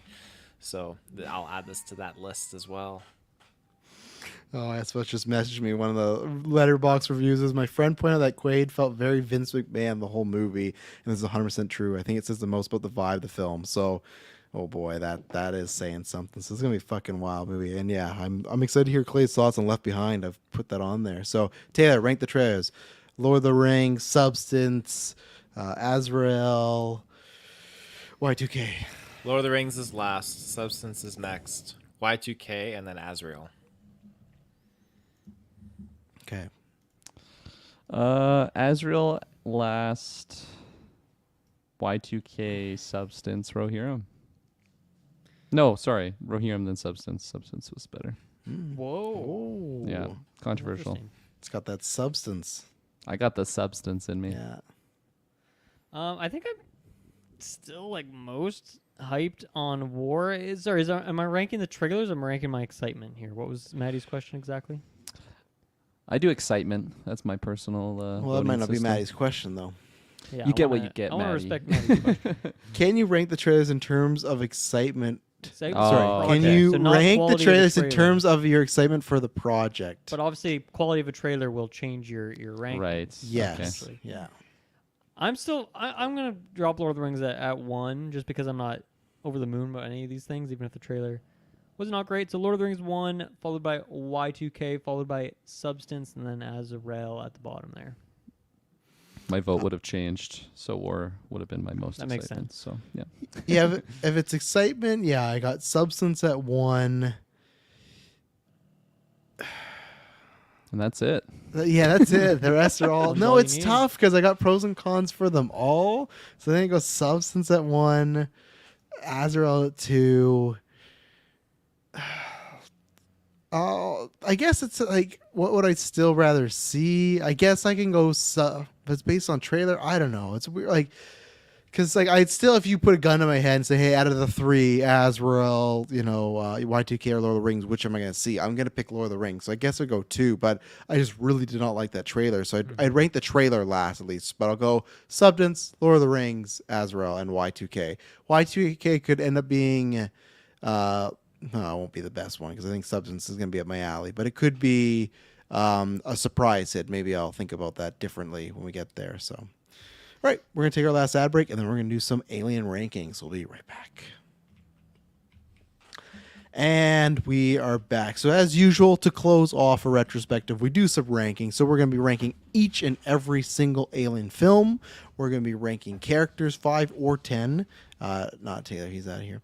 And then we're going to be He's got the book. He's got the ABCs. Oh, does he? And then 5 best scenes. So let's go with films as usual first, because I feel like, if you've listened to retrospective, you've probably got an idea of our rankings, but maybe there's a slight here and there. So Dylan, hit me with your film rankings of the Alien franchise. I'm gonna go from bottom to top here.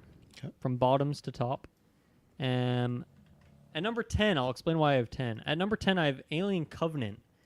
It's the Whoa. bottom of my thing. It's just, it might not be worse than the next 2, maybe above it, but it's just such a huge disappointment for me from what Prometheus sets up that's why it sinks to the bottom here.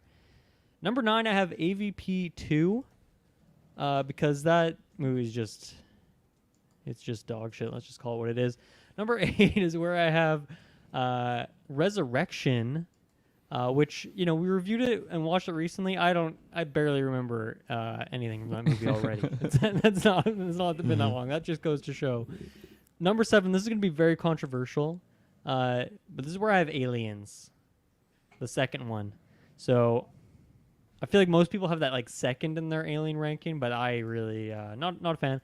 Number 6, I have AVP. So yeah, that's right. Aliens is below AVP, the original one, because that movie had a lot of fun stuff in it. Even if there's many things about it that are worse, I had a more enjoyable time watching AVP, the first one, than I did Aliens. Number 5, I have Alien 3, because there was actually some things I did enjoy in that one more than these other ones.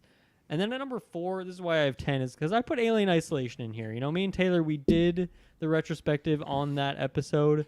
And so in my Alien ranking, my ranking of Alien things, I put Alien Isolation at number 4. Because I enjoyed it, but also I had a lot of issues with it. So you can go check out that episode if you want those details. Number 3, Alien Romulus, the newest one to come out, makes it in the top 3 for me. I really, really enjoy that movie. I'm very excited to rewatch it when it hits Disney Plus here at some point. And the number 2 is where I have Prometheus. I really enjoy that movie. It's even since we've done the retro and since Romulus has come out, and like Alien is still hot on the mind. I just want to watch Prometheus again, so I'm probably gonna do that soon. It's the one I want to go back to right away for some reason. So, shout out to Prometheus and then the original Alien. Not even a debate. It's just such an iconic movie. Even if there's a couple things that didn't hold up for me visually, it's still just such a great movie. It started it all. So, yeah, I'm pretty happy with my ranking. Pretty confident with it. Pretty confident. All right, Mr. Patzer. Mr. Me. It's funny. I was like panicking on which 10th movie I was missing on my rankings there. So thanks for that, Dylan. Okay, starting at the bottom. Number 9, I have Alien Resurrection. I truly did not like that movie. It was abysmal. So, and I think then we're all gonna have some following different that- lifts here going on already. I can see it. I can feel it. It's nice. I like it. After that, I have another truly awful movie, in my opinion, that I really hated. I had Alien 3. I really did not like that movie at all. Yeah, I can't blame you. Yeah. Number 7, I have AVP 2. It's funny. My bottom 3 were all the Alien movies I hadn't seen. Actually, my bottom 4, because after AVP Requiem, I have Alien Covenant, which I hadn't seen that one before. So Right. it's kind of funny how that Nostalgia worked rings out. true. Yeah. Number 5, I have Aliens. Yeah. I thought it was going to be higher on my list, but that's That is kind of how it crazy. happened. But I'd love to see it. Number 4, I have Prometheus. This is the one that I definitely thought was going to be below Aliens. It's interesting because every time I rewatch Prometheus, Go on. what? I just know what you have above Prometheus, and Oh yeah, you this do. is Get hurting ready. the soul. Get Oh, ready, sir.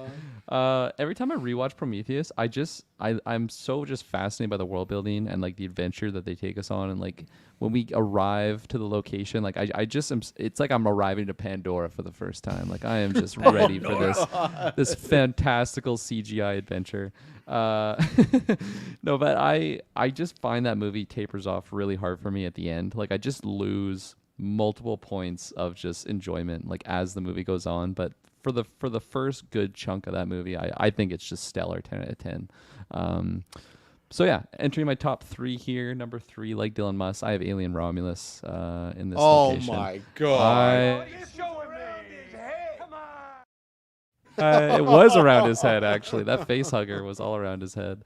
So I love this movie. I feel like the more I think about it, I like it more. So I am really excited to rewatch it. And yeah, I think it was just a fantastic showing for I'll call them our 2 leads, the characters of Rain and Andy. I just thought they were fantastic in it, and yeah, it was really, really great adventure. Number 2, I have AVP, the original. I warned y'all when we did that episode. This movie is just so good in my mind, and again, nostalgia is like the heavy hitter on that one. I can definitely pick it apart critically and make fun of the dialogue or certain characters or whatnot, but I just love this movie. Like it is just such a feel-good one for me. It's one I can put on whenever. It's my national treasure, you know, in a different genre. Any day I can throw on that movie and just have a good time. And yeah, I love it. So there you go. That's my number 2 favorite Alien movie. And of course, at number 1, pretty much in a completely different category from all these movies, is the first Alien. Like when I was really thinking about even just other categories, I'm like, Alien 1 is just significantly better than all these other movies in my mind. Like even coming off of Romulus, it's just like, man, in my mind, and like if I hadn't seen the first Alien, I probably wouldn't feel that way, just because all of these movies really try and recapture a lot of elements from that first movie. And yeah, it's stellar. It's easily in my top 5 favorite movies of all time. Could even be higher, like if I really sit down and try and sculpt that list. But yeah, first Alien, it's a masterpiece. Is it on your letterbox 4 favorites? Because then it's not higher. Maybe not actually. Yeah, How many okay. movies can you have in the letterbox? Is it 4? Well, your 4 favorites. So So it'd be my 5th. Amount So right. there it'd you be, go. Still it'd be applicable. 4. I should make. What's on I my moved that up, letterbox actually. 4? Oh, I got a good 4 already. What do I cut? I don't know. I've been logged out of Tough. Letterbox because it's been so That's long. the since thing. I've What used did you? it. What's your 4 you got, Kirkland? I have Spider-Man Into the Spider-Verse, The Dark Knight, Sicario, and Howl's Moving Castle. Okay, I thought you you had Spider-Man, then also Spider-Verse. I was like, wow, you got the Spider-Boy things going on. I thought you meant like Tobey's? Raimi's, yeah, Oh, and then okay. you had Spider-Verse. So I was like, wow, that's a lot No, there. full title, like Horizons, Yeah. American Saga. I had that for a while. I had the Dark Knight and the Batman. I was like, oh, this is, and I bumped the Batman because I'm like, I'm gonna give it more time before I put it there. I still sometimes feel that way, but right now I got Dark Knight, Fellowship of the Ring, Fight Club, and Pulp Fiction. Yeah, Fellowship's gotta be there for me. It's gotta be. Oh. Good pick. All right, time for me to go because that whole time during the last half, Look at me! Oh no! Jesus Christ!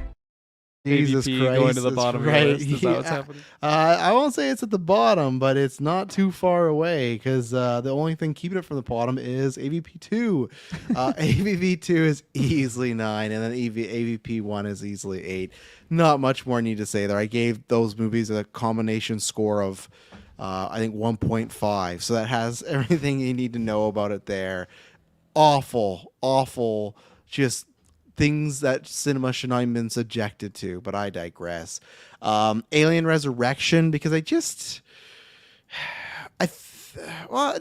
still happy. Like Alien 3, which is next at 6, it has a bigger sin with I hate that opening. I hate them killing off Newton Hicks, and I hate them just being like, hey, remember that in Alien 2? Well, we're done with that. But with Resurrection, I just find that other than, some of the weird stuff at the end, there's nothing I really think about and be like, oh man, that was great or potentially great. Like, I don't know. I really found this go around, like Ryder, just kind of disappointing as the synthetic. So there's just not much there for me, and also just feels like when we did the trivia too, it just feels like it's such a big paycheck movie. Singori, it feels like she's just kind of at times sleepwalking through that thing. So got Resurrection at 7, Alien 3 at 6, and then I got Covenant above those ones because, like I said, I liked Covenant a little bit more this go around, and I have at least more moments that I really, really enjoy in Covenant, where Alien 3 and Resurrection, I don't really have that. Number 4, I'm going to continue the trend of it being, I guess it's going up by one each time, but I'm at Alien, so not my top 3. As I've said before, I really like it. I get why some people have that as 1. I get why there's a certain type of movie that I think it fits, but it's not exactly my type of genre of Alien that I like, but it's a well-made version of that. I think Cameron is, that it's fucking James Cameron. He can direct great action stuff. That third sequence, which we'll talk about, like third end act sequence I might bring up again, like it has the juice in certain moments. So 3, I got Romulus. As of right now, I need a rewatch. I really like the horror aspect, so it might eventually put over my second pick, which is Prometheus, and then number 1 is Alien. So I got the exact same top 3 as Dylan. Nice. So with Romulus, I went back and forth. I think said even the review it might be ranked number 2. For now, I'm gonna put it as 3, and I want to do a rewatch because there are some things more in the back half again where I go, oh, how do I feel about that? But overall, I still like it. But Prometheus is just at times such a special movie, and it's in a world we know, but it's giving us entirely different things. So I love that. And then Alien 1, they're just Alien. Like there's not much more that can be said that we didn't say tonight or in the first retro. Just one of, if not the greatest sci-fi movies. I don't know, would I put it as great sci-fi? That's a whole nother bread and butter movie. I'd have to think about it. I guess. Yeah, it's up there. It's up there. You got your Star Wars, you got Blade Runner, you got 2001. So there's a couple there, but it's in the discussion for best. Not even top 10, just best overall. So that's Did Dalton go to the future or something? I haven't even same seen rankings as Taylor. Oh, All right, Dalton. Let's see what you got here. Dalton, that's a Freudian slip. If you are thinking I'm Taylor, because remember on the 9 year, you gave a shit for messing up your name. You messed up my whole identity, Dalton. What's going on? No, he knows what he's talking about. Does he? He's seen ahead? Yeah, but I sent him my list before. Yeah, the Patreon He approved exclusive. of it. He's like, Yeah. okay, yeah. Yeah, you can do that. All right, Taylor, have at it. Last place, Alien Covenant. Oh, Where it should be. Where it fucking should be. My man. no. Up from there, Alien Resurrection. What about the flute scene, Dalton's texting and driving. What's going Yeah, on here? don't do Dalton? that, Eyes on the Dalton. road. Eyes on the road. That's a Like, Taylor move, actually. Oh, so shit, he's my very bad. aligned with that Yeah. guy. Yeah. Come on, the flute Um, scene, Taylor. How can you put that last? I'll hold it while you blow. That's a line yeah? from the movie. I know you love capes, but when he's looking like Aragon running through the woods, like That's what is great. this? Follow What is me. this? Stupid. Alien 3 is after Alien Resurrection. Those Alien 3 just bad taste in my mouth after what they did to those characters. Following that is Prometheus. It's a beautiful movie, but for me, it's just not my kind of Xeno story. I know where I have my interests amongst all these movies, and we're moving into them with Alien Isolation next on my list. Really like this story. It's a good time. So it's kind of right in the middle between everything, nice and sandwiched. Above that, Alien vs. Predator. This movie fucking rocks. God, it's a good time. It's great. And as a little kid, I'm extremely biased with how much love I have for this movie. Above that, at number 4, is Alien Romulus. I've thought more about this, and I think I need to rewatch this movie again so I can see if it nudges up higher into my top 3. But for now, I've just put too much thought into it, and I have more questions. Too much thought. I have more questions on the story and certain things that don't really make sense to me. Can I do a victory lap too? Does it not make sense to you about those cousins fucking? Because I called that. I was like, "There's something up with it," and then you guys are their cousins. I'm like, I guess they're not fucking, but yeah. I mean, I was know. thinking about that too. Like some people just call like a friend cousin, you know. Yes. So maybe it's not an actual like in the bear blood. Like cousin. I didn't call any people I was fucking cousins, but I'm sure there's people out there, you know, that must be cousins. doing it. Yeah. But there you go. Confirmed. There you go. Confirmed. Number 3, Alien vs. Predator Requiem. I fucking love. Oh yeah. Top 3. Getting the Requiem too. Not even the Requiem. first one. Just getting the hybrid alien that's Predator and Xeno. That is also like a called young Predalien. queen. That's what the wiki Predalien. says. And just getting the shot of the Predator homeworld, and just getting Alvarez or whatever. his fucking getting name is. Oh my god. getting Wolf in here too, and just the fucking I think this movie's got some, I love Wolf.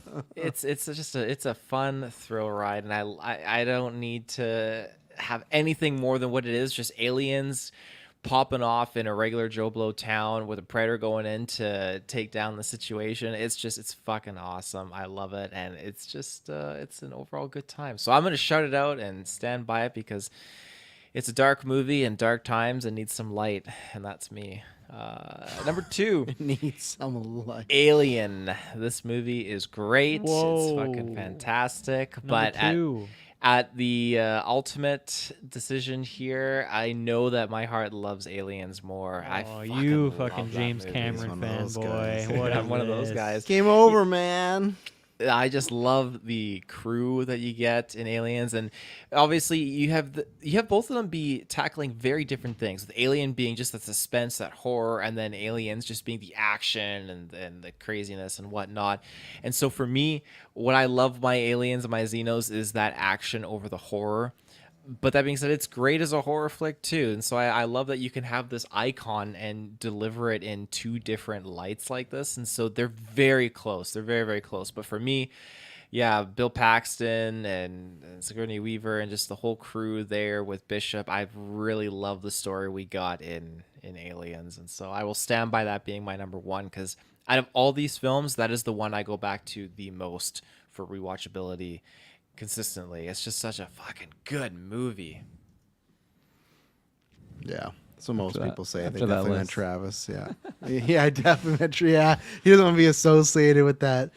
The aliens pick. Yeah, well, I can say it's probably one of our most different retros for lists. I feel like a lot of ranking films can be boring because we got it pretty similar than Taylor, but we're all over the map there. So, Taylor, you can start us off with characters. Do you got 5 or 10?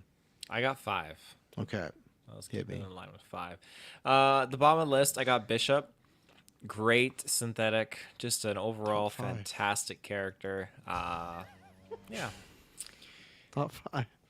top 5. Yeah. This guy just put Requiem at number 1. I don't know why are you surprised about that? That seems actually like a pretty tame. Good.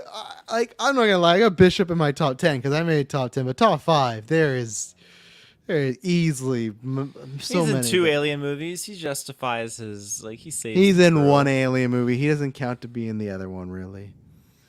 3 if you count Alien versus Predator. So I mean, he's Yeah, just I'm not popping. counting those. Number 4, I got Wolf. He's my fucking favorite from Wolf. Alien versus Predator. Oh yeah, Oh my god. you Interesting. slide in there. Oh Wait, yes. is that a Predator? Yeah, from Alien versus Predator. This is bullshit list. This is the worst list ever. You had me in the Putting first it- pick, but You're gonna the put James second one? Cameron as like number 1, aren't you? Yeah. Number 2, no. My number 3 is Hudson. I fucking love Hudson. He's great. He has. Who's that again? He's Game Over Man, Bill Man. Paxton. Bill He's Paxton. cemented Game over, himself man. as just this icon and delivering so many of these iconic lines. Yeah, Game Over Man. What? Give me all the other iconic lines. I hate That's this it. list. Yeah, And that's the it. scream, That's it. the scream too. That's and it. the 5-finger fillet. Number 2, Ellen Ripley. Fantastic. Again, she is the be all end all here. She's fucking fantastic. I can't say anything else that's so fantastic about this character. I feel like you could if she was number 1. Yeah, give me I could if iconic she was number line. 1, but my number 1 is Corporal Hicks. I fucking love Hicks. He is my favorite alien character of all time. I really love him. I love how I he's don't just get why he's, people like him. he's calm. He's pensive and boring. when he comes to party, he fucking comes to party, and I just Calm, really he's like his. pensive when he comes to party. He comes to party. He sounds like the guy. Be like, "How you doing, Hicks? Yeah, I'm doing all right." Like that. That's not.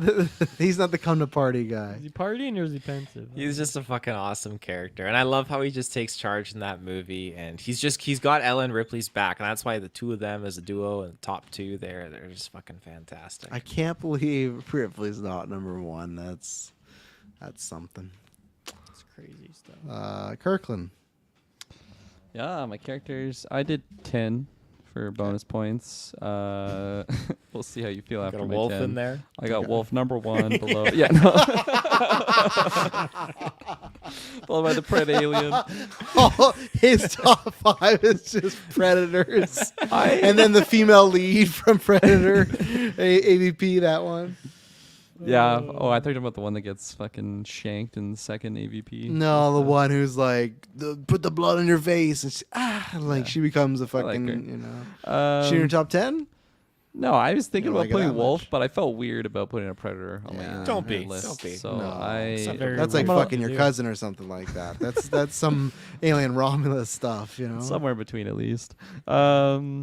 So yeah, number 10, I have Lambert as number 10 because of that's the chick that's freaking out in the vents. Just because of the meme, she grew for my. Really?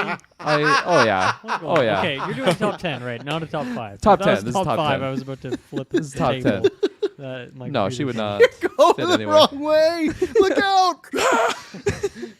I love her emotion in that movie. Like when she's just freaking out and off the rails the whole time. It's fun to have a erratic character like that. Number 9, I have Hicks. So there you go, Taylor, my corporal. Nice. I really love him in Aliens, and that's all he's in. So that's where it kind He of could have been more, but yeah. left after that. Number 8, I have Dallas, our original captain of the Nostromo. I just really love Vent his guy. charisma. Yeah, on the other end of the Lambert experience. No, I just love him as a leader.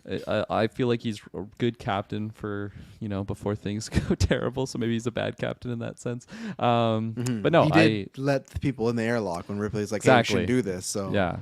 Exactly. He pulled rank at a bad time, but I at least like that performance for the character, and just I don't know. He just has like a dad vibe to him. Maybe it's the Tom beard. Skerritt, man, he's I don't know what fucking it is. awesome. Yeah, he is fucking awesome. Number 7, I have Parker. Really like his experience. He's the gentleman with the bandana that's always criticizing. Yes, okay, thank you. The leadership. He's just like he's buddies with Brett. I think that's his name, Brett or Brent. But no, it's definitely Brett. But he's just got a lot more layers, I think, to him than what Brett has. Brett's just kind of derpy in my mind, but Parker's a lot more chewing up the scenery and he's just loud and charismatic. So I like him a lot. When he comes to party, he comes to party. Yeah, Yeah, exactly. bandana and all. Yeah, true.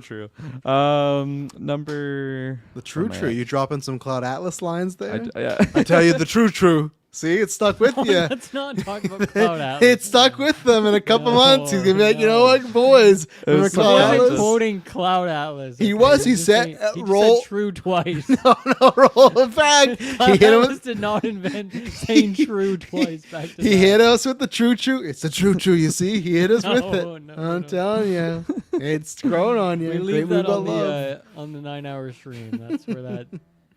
Yeah, that's for true. Where am I even at? Oh, I just realized I had 11 on this list. Oh, I extra guess bonus I guess I points. guess Lambert's bumped down. Good. Okay. to- Yeah, she doesn't deserve that. Honorable mention for Lambert, which is fitting. So after Parker, I have Rain from Romulus. I don't know. I just thought it was a great performance. I feel like it's the type of role that the performance actually elevated the character more in my opinion. 100%. But I don't know. I still think she's really, really fantastic, and I'm excited to follow Kaylee Spaney's career with great interest. So Oh, they got 2 movies from the past. I we know. haven't seen They're yet, loaded you up. know? So They're in the chamber. Priscilla's loaded up as well. on this monitor right now, I've been watching this whole time. No, I'm Wow, kidding. that's the true. I like That's that. the true. We're bringing it back. No one listening is going to know what you're talking about. It's not a good reference. My Cloud Atlasers, my The one Clouders. that got You know what I'm 0 talking about. votes in the vote. On Hey, that. got all our votes. They got our nominees. You know. So I think I'm at 6 now. I have Elizabeth Shaw, our protagonist from Prometheus. She's fantastic. After that, number 5, top 5 here. I got Andy, our android from Romulus. Andy the android. Really, really, really interesting android. And I'm looking at my list now. I have a lot of androids in my top 5. It's kind of funny how that happened. But after him, I have Bishop. I'm with Taylor, man. I really, really like the character of Bishop. I think he's, especially coming from Alien, where even from Ripley's perspective, like, we just hate androids from now on. Like, they are the enemy, they are evil. And then to go into Aliens, and Bishop's like a total flip where he is with us the entire time and like being a true hero and doing the right thing, which is very basically opposite of what the Wayland Yutani like code writing is for these android, it seems. So yeah, I really, really like Bishop. So after that, I have David as my second favorite android, and then I have Mr. Ash as our favorite. Made a surprise appearance for Romulus. I just might be showing my cards a little bit that's here, not Ash. but That's a rook.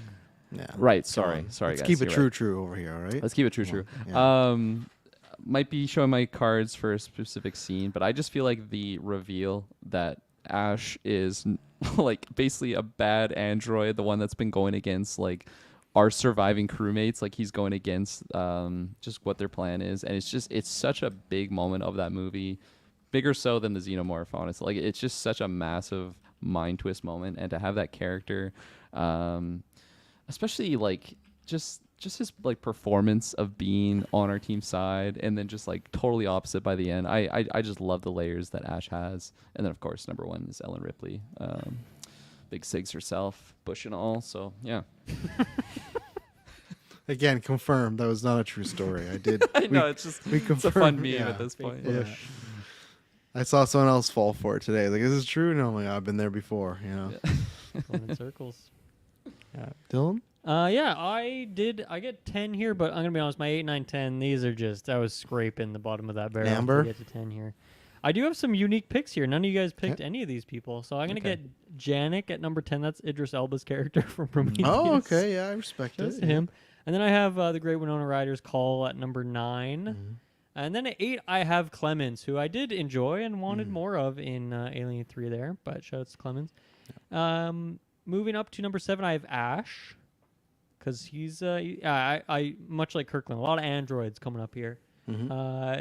Such as number 6, where I have Bishop. I also am a Bishop fan, even though I'm an Aliens hater. I do like Bishop as a character. Into the top 5 we go with Elizabeth Shaw. She's got to be in there for sure. And then up at number 4 is where I have Andy. So I have a nice and high up there. Really big fan of Andy. Number 3, I have Rain. Might be recency bias, but honestly, I don't think there's a ton of great characters like across the board in these things. So I think it's pretty easy for me to slot these 2 in the top 5, even though Ramos is pretty fresh. My top 2 was very easy, though. Number 2 is definitely David. Even if I hate Covenant as a movie, like in that review, like there are good things still, but it's really there. He's really there for Prometheus, and like what a well written character, well acted, so interesting, so many layers to him. So shouts to David, and then I got Ripley as number one. No surprise there. So there you go. Very nice. Okay, so at number 10, I do have Ash. I like Ash enough, but I got to put him down there. Number 9, I got Newt. I still like Newt a lot. I like what she represents. I like the little subplot they give her in there about her losing the crew, and I think the child actress is doing the best they can in the 80s, but like, for back then, better than a lot of other ones. So, and I think it's with the help of Sigourney Weaver that sells the connection. So I am someone that does enjoy Newt.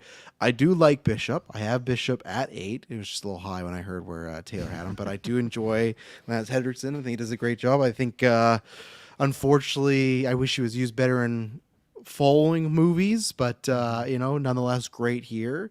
7, I got Hudson because Bill Paxton's just he's giving her, man. He's the real comes to party wants to play. That's Bill Paxton right there. And then you bust up the knife game, not too great. Number 6, I got Rain. Thought it was a top 5er, but I have a maybe controversial pick in the second slot, but I don't care because my list. But Rain, great. Kaylee Spaney. She would have been 5 if it wasn't for Andy, because Dave Johnson out of nowhere, like a buzzsaw, just coming in. And these, I think Rain and Andy could go up maybe by 1, but that's about it. The top 3 is solidified. Number 4, I got Shaw. Another person I wish we had more. I wish it was like Ripley, where we had even at least one more, because I would have loved to seen what she would do returning as that character. We were robbed there, Number 2, this is where it's my cheat, but I don't really care. I'm putting the Xenomorph in. And I'd say specifically, that's a massive cheat. It is a cheat, but it's still a character, Which one? Which one? Specifically 1. Because I think that one has the best, the arms. Yeah.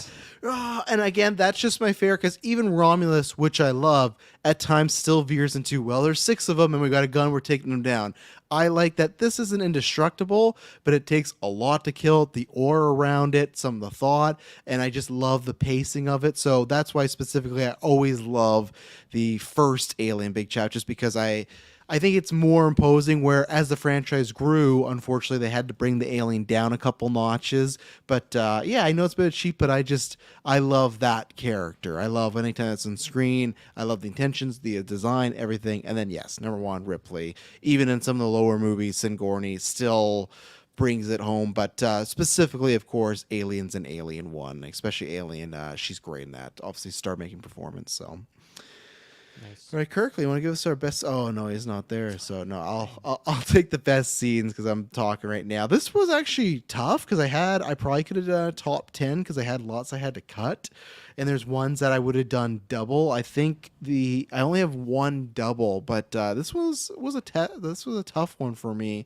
But so I have David's speech number 5. That's when he's talking with Holloway, and it starts from him poisoning him. They're talking about Grady and everything. That was an honorable mention for me, for sure. Yeah, I just love that because I love the David character. I think I just said Dave was at 3. David to me is like the best. Like, I'm fucking dropping everything over here. David is like the best robot, droid, synthetic, replicant. Like, in any genre of that, to me, David is the top. And I didn't even know in this same scene, I saw a screenshot of it. Did you know on his finger you can see the Weyland-Yutani logo on David's finger? I never knew that. That's very cool when I watch Prometheus, a movie that still gives me stuff years later. But I just love, because that's why I love Prometheus. It's this whole idea, and I'm somebody that loves that. I'm not a religious person, but I love the idea of what it means to people and how it can dictate things. And with Prometheus, and I really like that conversation. And I just wanted something David related. I don't have the C-section scene. I would have wanted it, but it's just because I love David in that movie so much. That to me was the best representation of him. Number 4, I got the alien ending. I love the high intensity. I love the spacesuit, everything like that. This one... Yeah, I'm going to do a last-minute swap. I'm going to go Aliens finale in the 3rd spot because I'm Aliens, as I said, not my top 3, so I don't absolutely love it. I more appreciate it. But the whole, get away from her, bitch, and you have the suit, and you have Ripley going to town, the alien, and the fucking alien gets sucked up, but it's still holding on. Like, it's a good 3rd act finale. It's like, okay, if it is the action-oriented one, I don't lean to those, but it feels like, okay, I got my money's worth here, even though, I I've never paid for this movie because Disney Plus and seen it on TV, but it feels like, okay, this is a big set piece, and this is where the flip. And I don't know why. I guess this is my gut. I'm gonna put the Romulus acid gravity scene at number 2. I absolutely love that ending in Romulus of, okay, they're coming, hit the anti-gravity, shoot all them, and the acids there. Okay, now we got to get across that. Really like the cinematography. I love that everything looks really good when obviously a lot of it is CGI. So yeah, that would be number 2. And then number 1, I'm just going with the chest burster because like it kind of started all, but I do love the build up to that scene. I love that he's not okay and then he's fine having dinner. I love the acting. I love the score. It's a lot of the build up with that, but it is just such a tone setter for the rest of the movie. So David's speech, alien ending, aliens finale battle, Romulus acid gravity, and the chest burster. Very nice. I'll go next here. Number 5.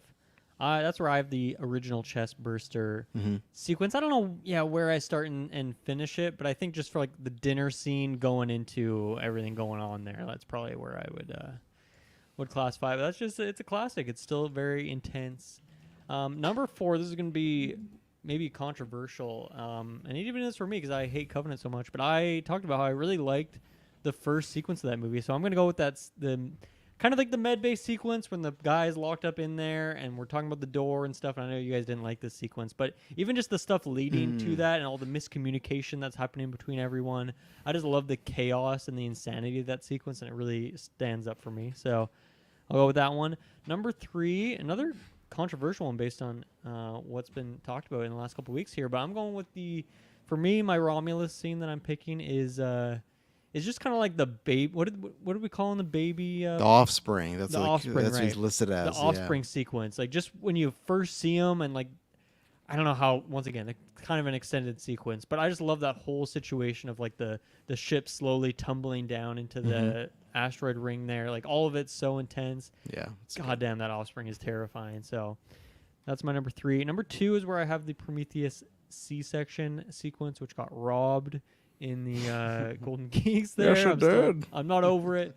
And then my last one here, once again, a very extended sequence, but I needed to represent it in some way. And that is just the first time exploring LV-447 when we go down into that beautiful alien establishment. Like it's just visually, like the set that they designed for it is unreal. And just the aura going on and the score. Yeah, I almost put it into. So intense. You don't know what's gonna happen next. It's really beautiful and great. So there you go. I will take it. I will take the ring to.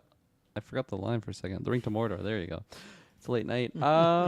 Might be controversial. Might not be. I don't know. I kind of hinted at it earlier. All my top 5 favorite scenes are from the first Alien movie. Wow. It is That's just cool. such on a higher level That's a bold than every pick. other movie in my mind. Not I know it's even bold. one Considering from that all your that's- characters were from the first Alien, it's not shocking to me. That's fine, but still, So yeah, no, I just thinking of some of these. Like I was really trying to dig between certain moments of, and like, you know, if I really spent hours comparing, I feel like You I didn't spend might have- hours comparing. Yeah, come on, Kirk. I did not. I apologize. Lazy Well, podcaster over You here. can wait on your list, and you were going to do this in a couple weeks. We're Well, going to re-record. Just do this, Taylor so- and then come back to me. I'll have to Yeah, figure no, it out. No. So number 5, I wrote Ripley's last ditch effort. Basically, when she thinks she's gone, and then we get the famous bush sequence. There we go. Thank you, Dalton. We get the famous bush sequence, and like, I feel like the reason why this scene is so important is because, like, how many times in Alien movies have we thought our characters out? Almost And every then, time. and then an alien is on there, and it's like, how are we gonna get rid of it? Shoot it off to space? Like, there's like for me, there's only a reason where the first one hits as good as it does. It's because it's the first time it happens, and you're just really That's not fair. expecting it on your first viewing. And like, I still remember that thought of just like shocked that it's still on there, and it like instantly just got the like speedy chest, heart, like just that was a weird way to say that, just the adrenaline pumping from like a scary moment. And yeah, it's just iconic for me. Number 4, I have Brett's death. This is where Yeah, Parker's buddy Brett dies, and the only person to witness it is actually Jonesy. And I just think that's such a great decision because we still don't know what the alien looks like up until this point, at least like full detail. And it's just like even more terrifying, the idea of not knowing what it looks like and just horrendously ripped apart, especially since the last time that we saw the alien, it was just like the size of a little Gatorade bottle. So yeah, no, I think it's a really, really powerful sequence. Number 3, I have the chest burster sequence. Don't really have to reiterate everything you guys said, but it's just the visual of like the like the face crawler, and then we have him after the fact just he's fine, like he's out, but it's really not a long time before he's really not. So yeah, I love it. Number 2, kind of a meme pick, but the more I thought about it, it's not even really. I have Dallas in the vents. I love it comedically for just Lambert freaking out. You're going the wrong, not that way, and just how much she's freaking out. But it's also like the first time we actually see the alien, and I just think the actual tension, like take comedy out of it. It's not even a comedic sequence. We just kind of made it by talking about it. At least for me. So I just love the tension of it's somewhere there for our character, and we don't even really know what it looks like until it's too late, and it just takes Dallas. So yeah, I love that moment. And then my favorite alien movie moment of all time sequence is the Ash reveal when he starts glitching out. And I love that it's not right away. Like, it's super obvious that he is an android. He's like bleeding white blood, but like you don't really have time to process what's going on because there's just a lot of dialogue and intensity going on. And then he just has like the superhuman strength, and you're still like a little puzzled until she just fucking knocks off his head. And it's just like, really, this whole time, like he was an android. And it's like the Ripley's Last Ditch Effort one that I wrote down, where it's just, because it's the first time it's happened in the series, it just hits so much harder, and it's just one of the best moments because it's a reveal that happens way later on. Every other alien movie every other alien movie that's had androids, I feel like they make it super clear early on that the android is an android, and it's a smart idea because I don't think you could ever do it as well as what the Ash reveal was. So yeah, I think that's the best moment in the Alien franchise. And I stand by my top 5 alien moments. What's up, Dylan? What's going on? Just Taylor's wakefulness status is. Oh yeah, he almost dipped off screen there. I feel like his chest burster I'm just looking pops at out that. of him like last time. Looking at that 2.5 hour mark and thinking, oh, no, how long have we been waiting for this? My 5 scenes. Number 5, Alien vs. Predator Requiem. The sewer scene when the Xenos are skulking through the ceiling and they're just moving around, and Wolf's moving through, and you can hear the hisses and stuff. And then just that whole scene when he roars and the aliens just start jumping through the halls, and like he's picking them both up. Oh, it's fucking great. I love that. But on a more serious note, number 4, Alien investigating the derelict. I really love this ship scene because it's just so unexpected. Like, you don't know what you're getting in when you're watching this movie, and you don't know what's gonna pop up. Are you gonna see something just attack them? You see a fossilized alien humanoid, and it's like, okay, that's one thing, but no, then all of a sudden you see thousands of these eggs, and you get the facehugger attack scene. It's just such a creepy setup with a lot of tension, a lot of buildup. So I really like that. Alien Romulus, the facehugger hallway scene, when they were sneaking through and just the facehuggers are just sitting there. It's very uneasy knowing that 1 second these things could just jump on your face and impregnate you. Just felt really, really unsettling. I really like that scene.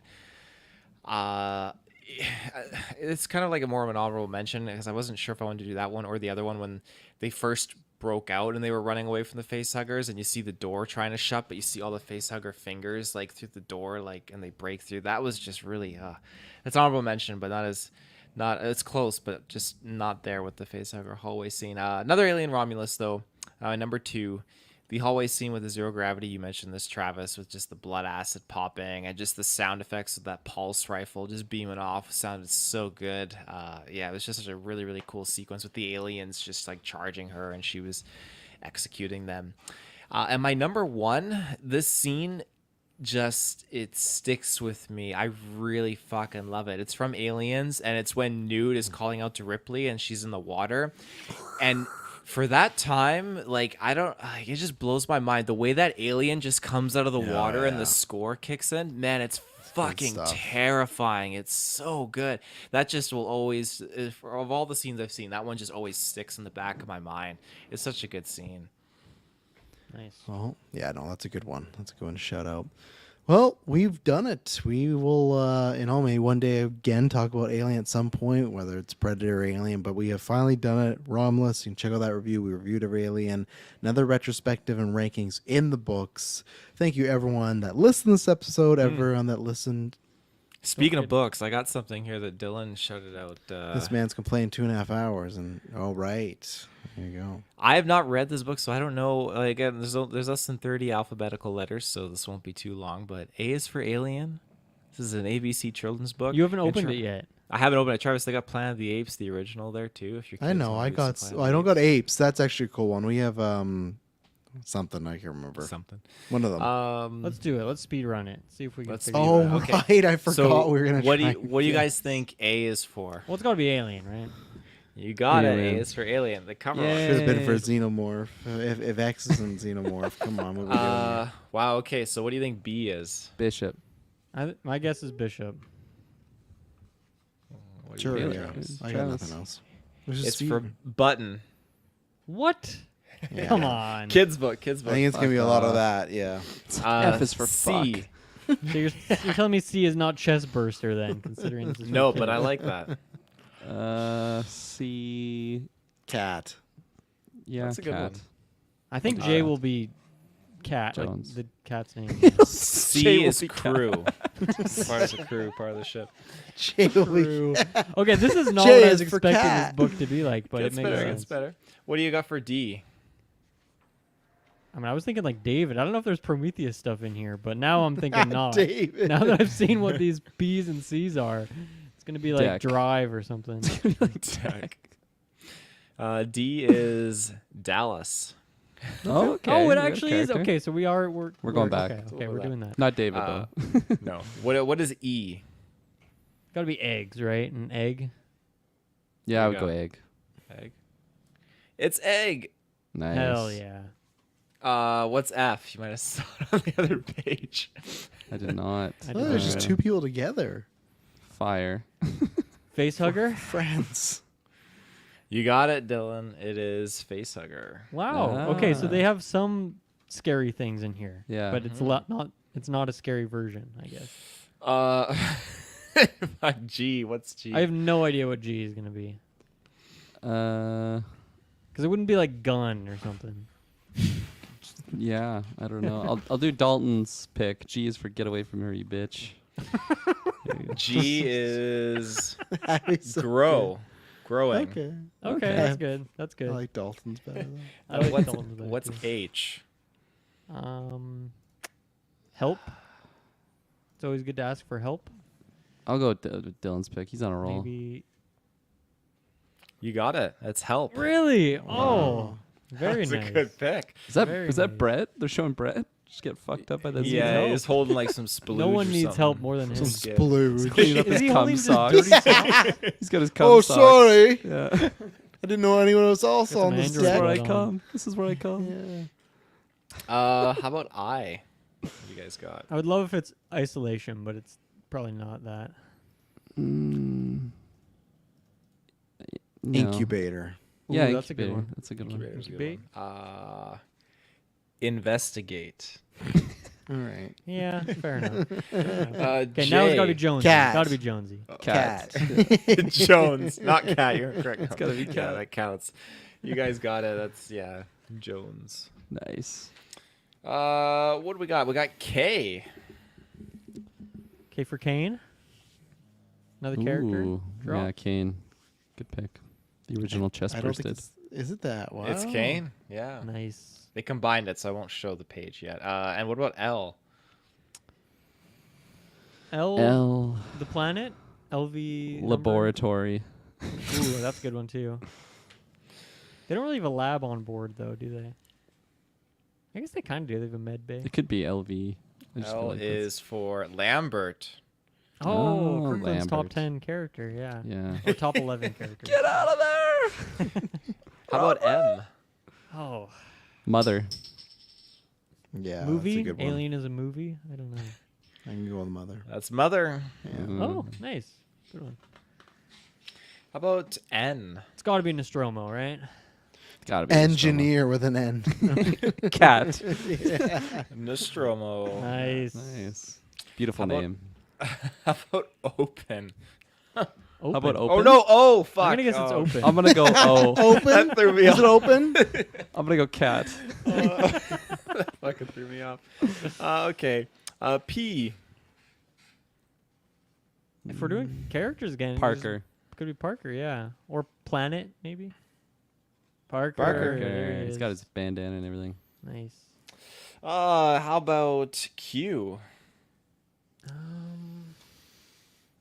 Q.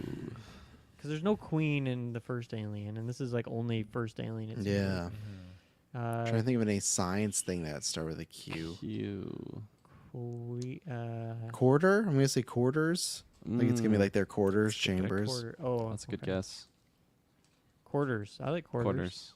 Quarters. I don't think Quarters? it's it. I think it's something Cat. dumb, but Cat with a Q. Quiet. Oh, that makes sense. A Quiet Place. Day one. Right, yeah. Jones. How about R? Ripley, right? Come on. Yeah. What do we It's do gotta here? be the Rippler. The The Rippler. Rippler. Yeah, Oh, you got it. Yes. Bush and all. Look at that. In the cartoon You're image. obsessed with that. Has this massive bush in the cartoon. It's like when they have like B. fake fur and like a kid's book Yeah. for like you could like Scratch and sniff. Yeah. Jesus. Don't do that on that book. All right, keep going. How about S? Scream? No. No one can hear you scream. Maybe Space? I guess. Maybe just space. Space. It is a could be good just one. space. Yeah. Yeah. Space. Yeah. S is for secret. Oh. Ash, the science officer, knows one or two. Oh, my God. What do you know, spoilers. Ash? How about T? True. True, true. or And it's a picture of Tom Hanks from Cloud Atlas saying it. maybe Get like us the Cloud Atlas trap, book. Or like maybe like a Trap's good. Trap or even Terror, because there's been like secrets would be like Terror and it's gonna show a character be like, yeah. Yeah. transit. I'm going with no. Terror. That's a tricky one. Toilet. That's my final answer. Yeah, toilet. I like that. It is Tracker. Okay, that's good. That's a good one. I don't like those ones. How about you? That's a No, tricky one. you tell us. I don't want to play it. Universe. You. We tried that with space and we didn't get that. So I wonder if they're going outside the ship. Universe. But what else or, could be a U? U. UV Utilities. UV ray. That's good. Ray. You and me. You and me. And debris. Okay, what is it? We're looking at uh-oh.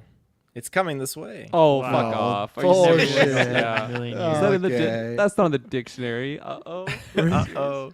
Yeah, I bet was in the dictionary. You think so? Yeah, I think so. Yeah, it is. Okay. Yeah, it's been around for quite a Monsters, while. or- Used to How express about- alarm, dismay, or realization of a difficulty. Return this book. There you go. I'm not going to return this book. Just, I don't like the U word. Can I get a book with a different U word? V, what do you guys got for V? Not a clue. V. Vaporize. Vo. Like, fuck. Volleyball. At this point. V. Vacuum. Ooh, We vacuum. Yeah, got, vacuum's a good one. Okay, we'll go with that one then. Vroom. Oh, I was close Oh, enough. yeah, I you was were. close You enough. were. They're getting lazy. Yeah. These onomatopoeias are getting. What are the Z for these is last just letters? Z. Vroom. Yeah. It's gonna be one That that like is- sleeping. Just Yeah. Get your How, Z's. how about W? Wayland. It's Yeah. gotta be Wayland, right? Gotta be Waylon. Then Whoa. Utani. Watch out. Oh, Oh, this book in the second half is losing me. Yeah. that Go was return this. spoon-fed. Come on. Return this and ask for double the money back. I like Dalton's suggestion of vendetta, just teaching kids about a vendetta, that Yeah. concept of. Just got his V in there. V for Vendetta. How about X? Wow, come on. Xenomorph. Good Yeah. book smell. You're right. You'd be like, Zoe! The sound Scooby-Doo makes when he sees Xenomorph. How about why? Is that just Utani? And That that's feels other like too much of a shit? deep cut, I think. I don't think like- Utani was mentioned at all in this movie. Okay. Gonna be like You Yowza or something. Yowza. Yeah, I'll go with Yowza as well. Yay! The alien is gone. Okay. Fuck. All right. All right. Now you remember you got to think like the story plot. This book has been like hitting all like the story narrative. So what's no Z gonna excuse. be? Sleep. She goes to sleep. Z Z Z Z Z. Fuck, you might be right, and I don't like that. But Taylor I didn't hope smirk, not. so I think I'm wrong. He's I got a hope poker not. face, or he fell asleep. I don't know, it's getting Or late. zoom. The Or like camera the ship froze. zooms away. One of those two. Oh, that's a good one. Yeah, Mm. zooms. Yeah. Final answers. I'm what do you going guys with got? well, my final answer is Z Z Z Z Z. I'm going with zoom. I will go Zoinks. Swings. Yeah. The answer is Z Z Z Z Z Z Z Yeah. Z. Oh my god. This is complete. That was a good book. You know, I paid $7.99 Canadian. $79? Kids not Holy learning a lot of fuck. useful words from that. Just a bunch Yeah. of names and sounds. Yeah. The future's Well- fucked. Yeah. That's the Uh-oh. vocab they're teaching people. Well, there you go, ladies and gentlemen. We've done it. That is episode 631 in the books. Thank you very much for tuning in. We'll hear from you next time, and that's the true.